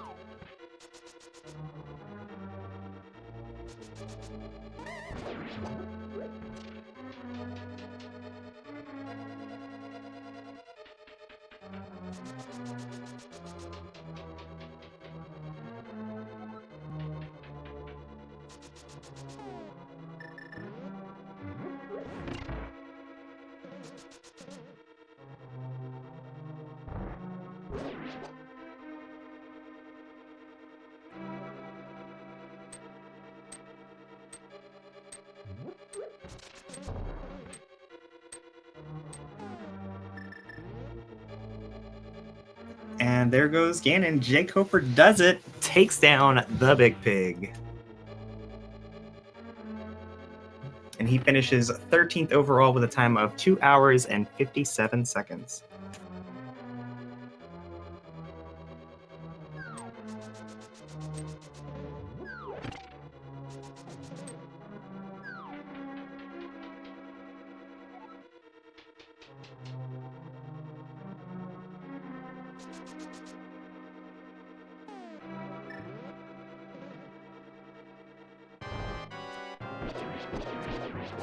You're just gonna have a much easier Vitreous fight this time around.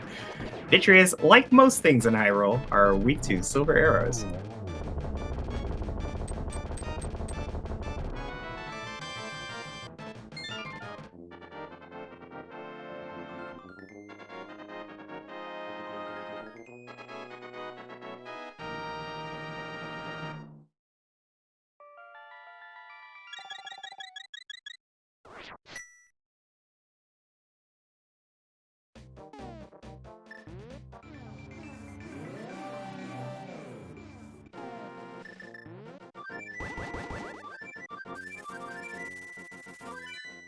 Yeah, I'm with you there, Esther. You find Ether in Desert Palace, it's very hard not to go right into Mire right after.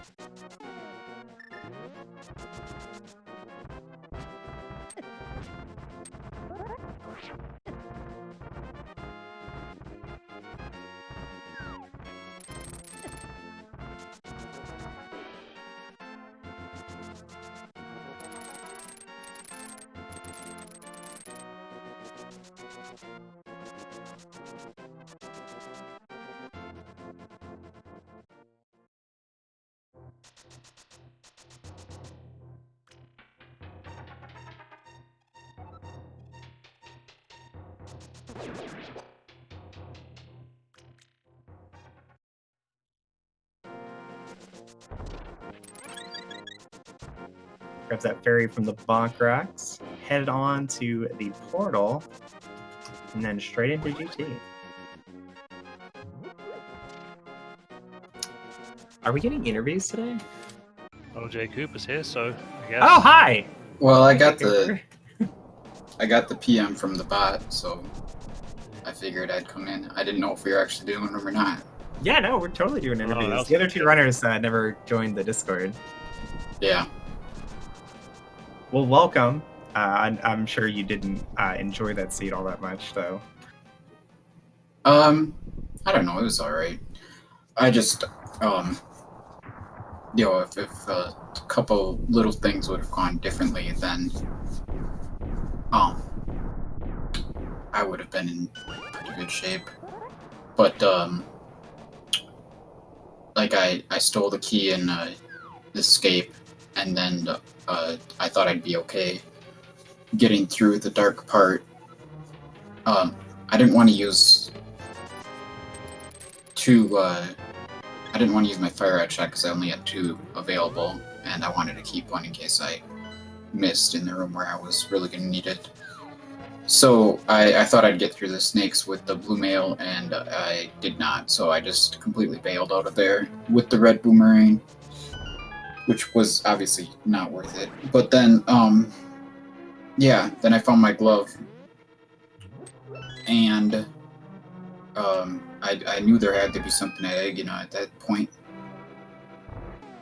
So I figured that the lamp or the flute was probably an escape. Right. Or maybe the moon pearl. Well, it was gonna be one of those things like that. So I banked on escape having maybe the lamp and not much else, and then went up Death Mountain, and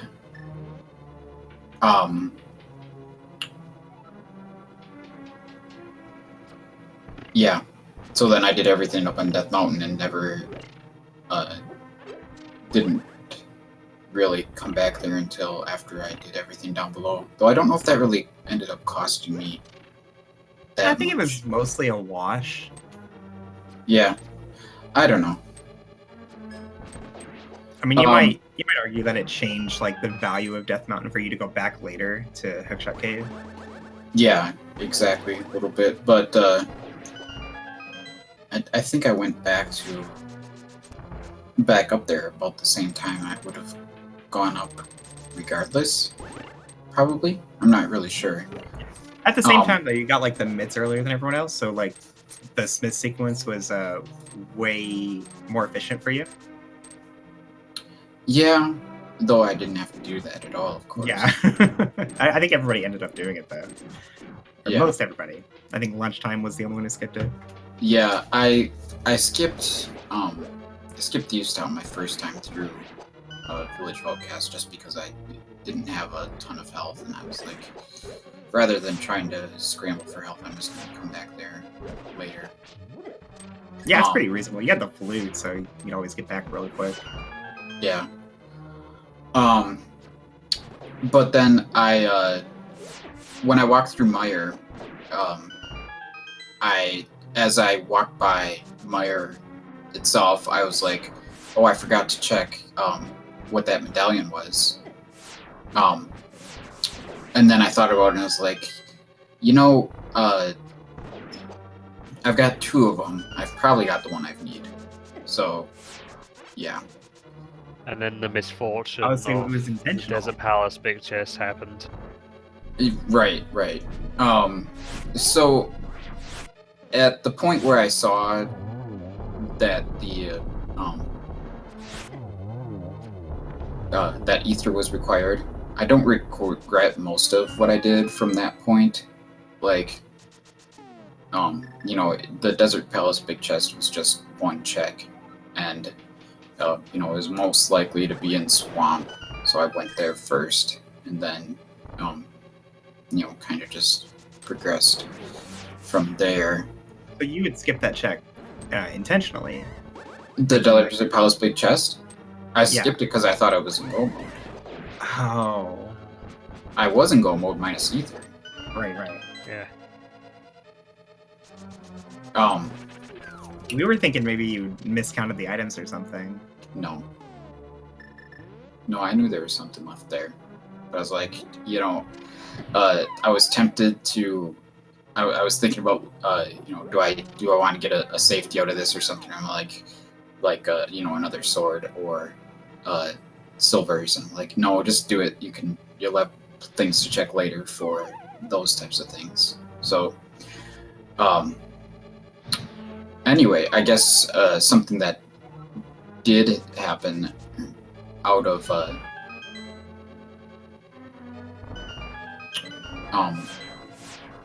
not getting ether was that I got a 3rd sword and I got silvers, although maybe I would have gotten silvers anyway. I'm not really sure. I guess I probably would have since I got them before the big key in Mire. But the 3rd sword was nice regardless. Yeah, but after that I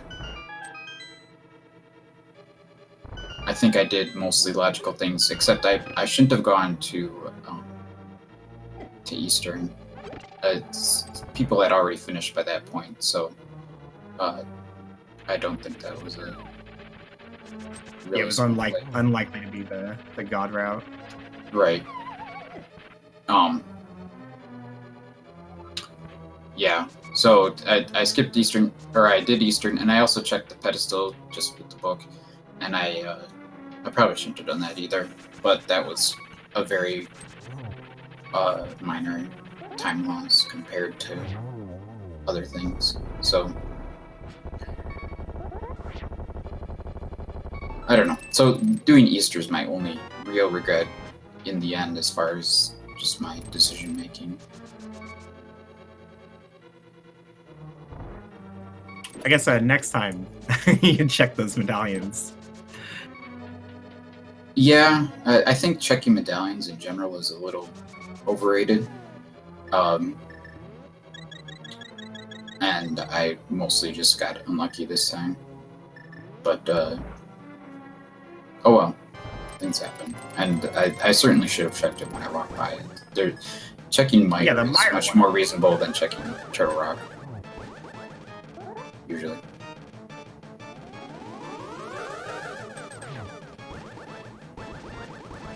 Yeah, that only takes a second to do, so. Alright, well, thanks for stepping up and doing commentary and whatnot. Man, I like that there's a 141 and a 149 there next to my 170. I wonder what you guys got. No one else has shared their item count yet in the spoilers or anything, so.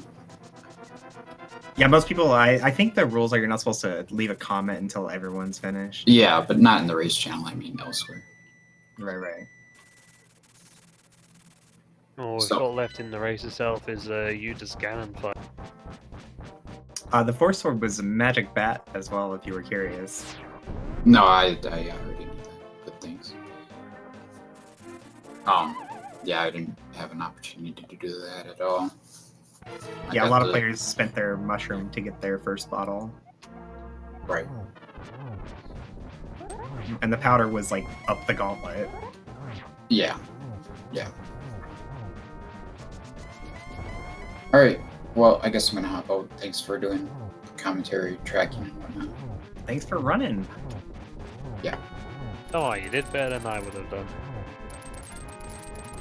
What Right, it thanks. means.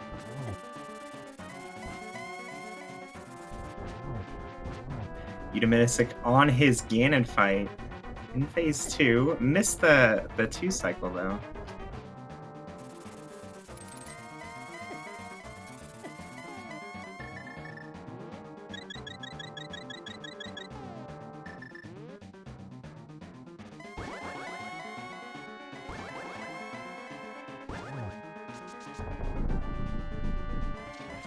Just 4 slashes here. We'll get him into phase 3, and then 4 arrows to finish it.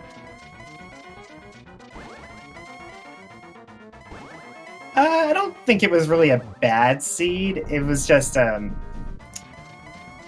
bow was in a very awkward position that a lot of players will opt to skip, and that kind of changed things. And then Jay Coper, like he said, tried to assume he was in go mode, and then the Mire Medallion kind of ruined his day.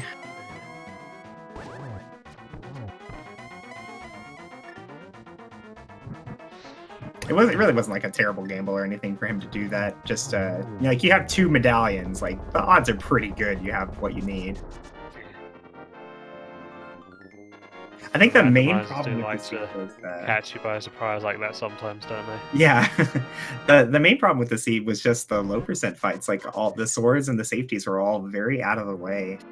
Like that, Yuda finishes up with a 2 hour, 13 minutes and 49 seconds, of entire 40 minutes after lunch. He's not going to feel happy about that time, I think. Yeah, he finishes 16th overall.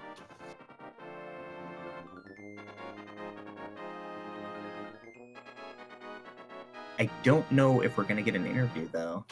We'll hold out for a little bit. Yeah.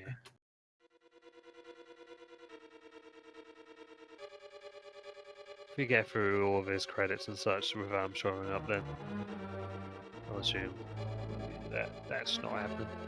Well, let's fill some time here. Let's read off the finishers. First place was Lunchtime, who was also first in the restream, followed by Cassidy, Asder, Jim, Bewain in fifth, Plasma Kappa, Runner Watcher, F. Coughlin, who was second on our restream, Kai Nup, Technolink in 10th, Ovidius Nasso on 11th, Dr. Bob in 12th, Jay Coper 13th on the race, third on the restream, Nilson Alex, SSBM Oro, and Eudamonistic. And there were a few forfeits as well.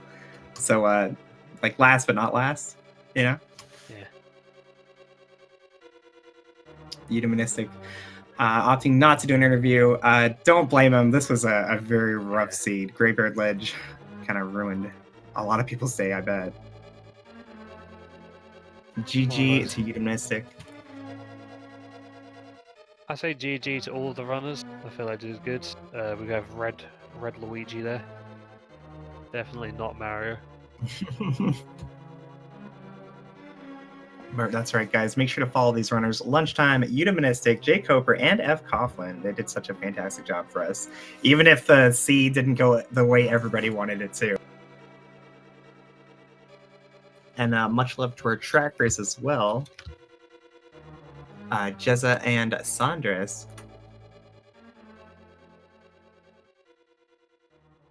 I'm Coy on the commentary. With me was Frunken. Hi, Frunken. Hello. We're Thank gonna you go all ahead for and watching and listening. Oh yeah, we're gonna go ahead and wrap it up here, guys. Thank you guys so much for watching. Stay tuned to Speed Gaming for more speed running fun. I have no idea what's coming up next, but you can use the !schedule command to find out. But I'm gonna go try and get a nap. We'll see you later. Have a good one, everyone.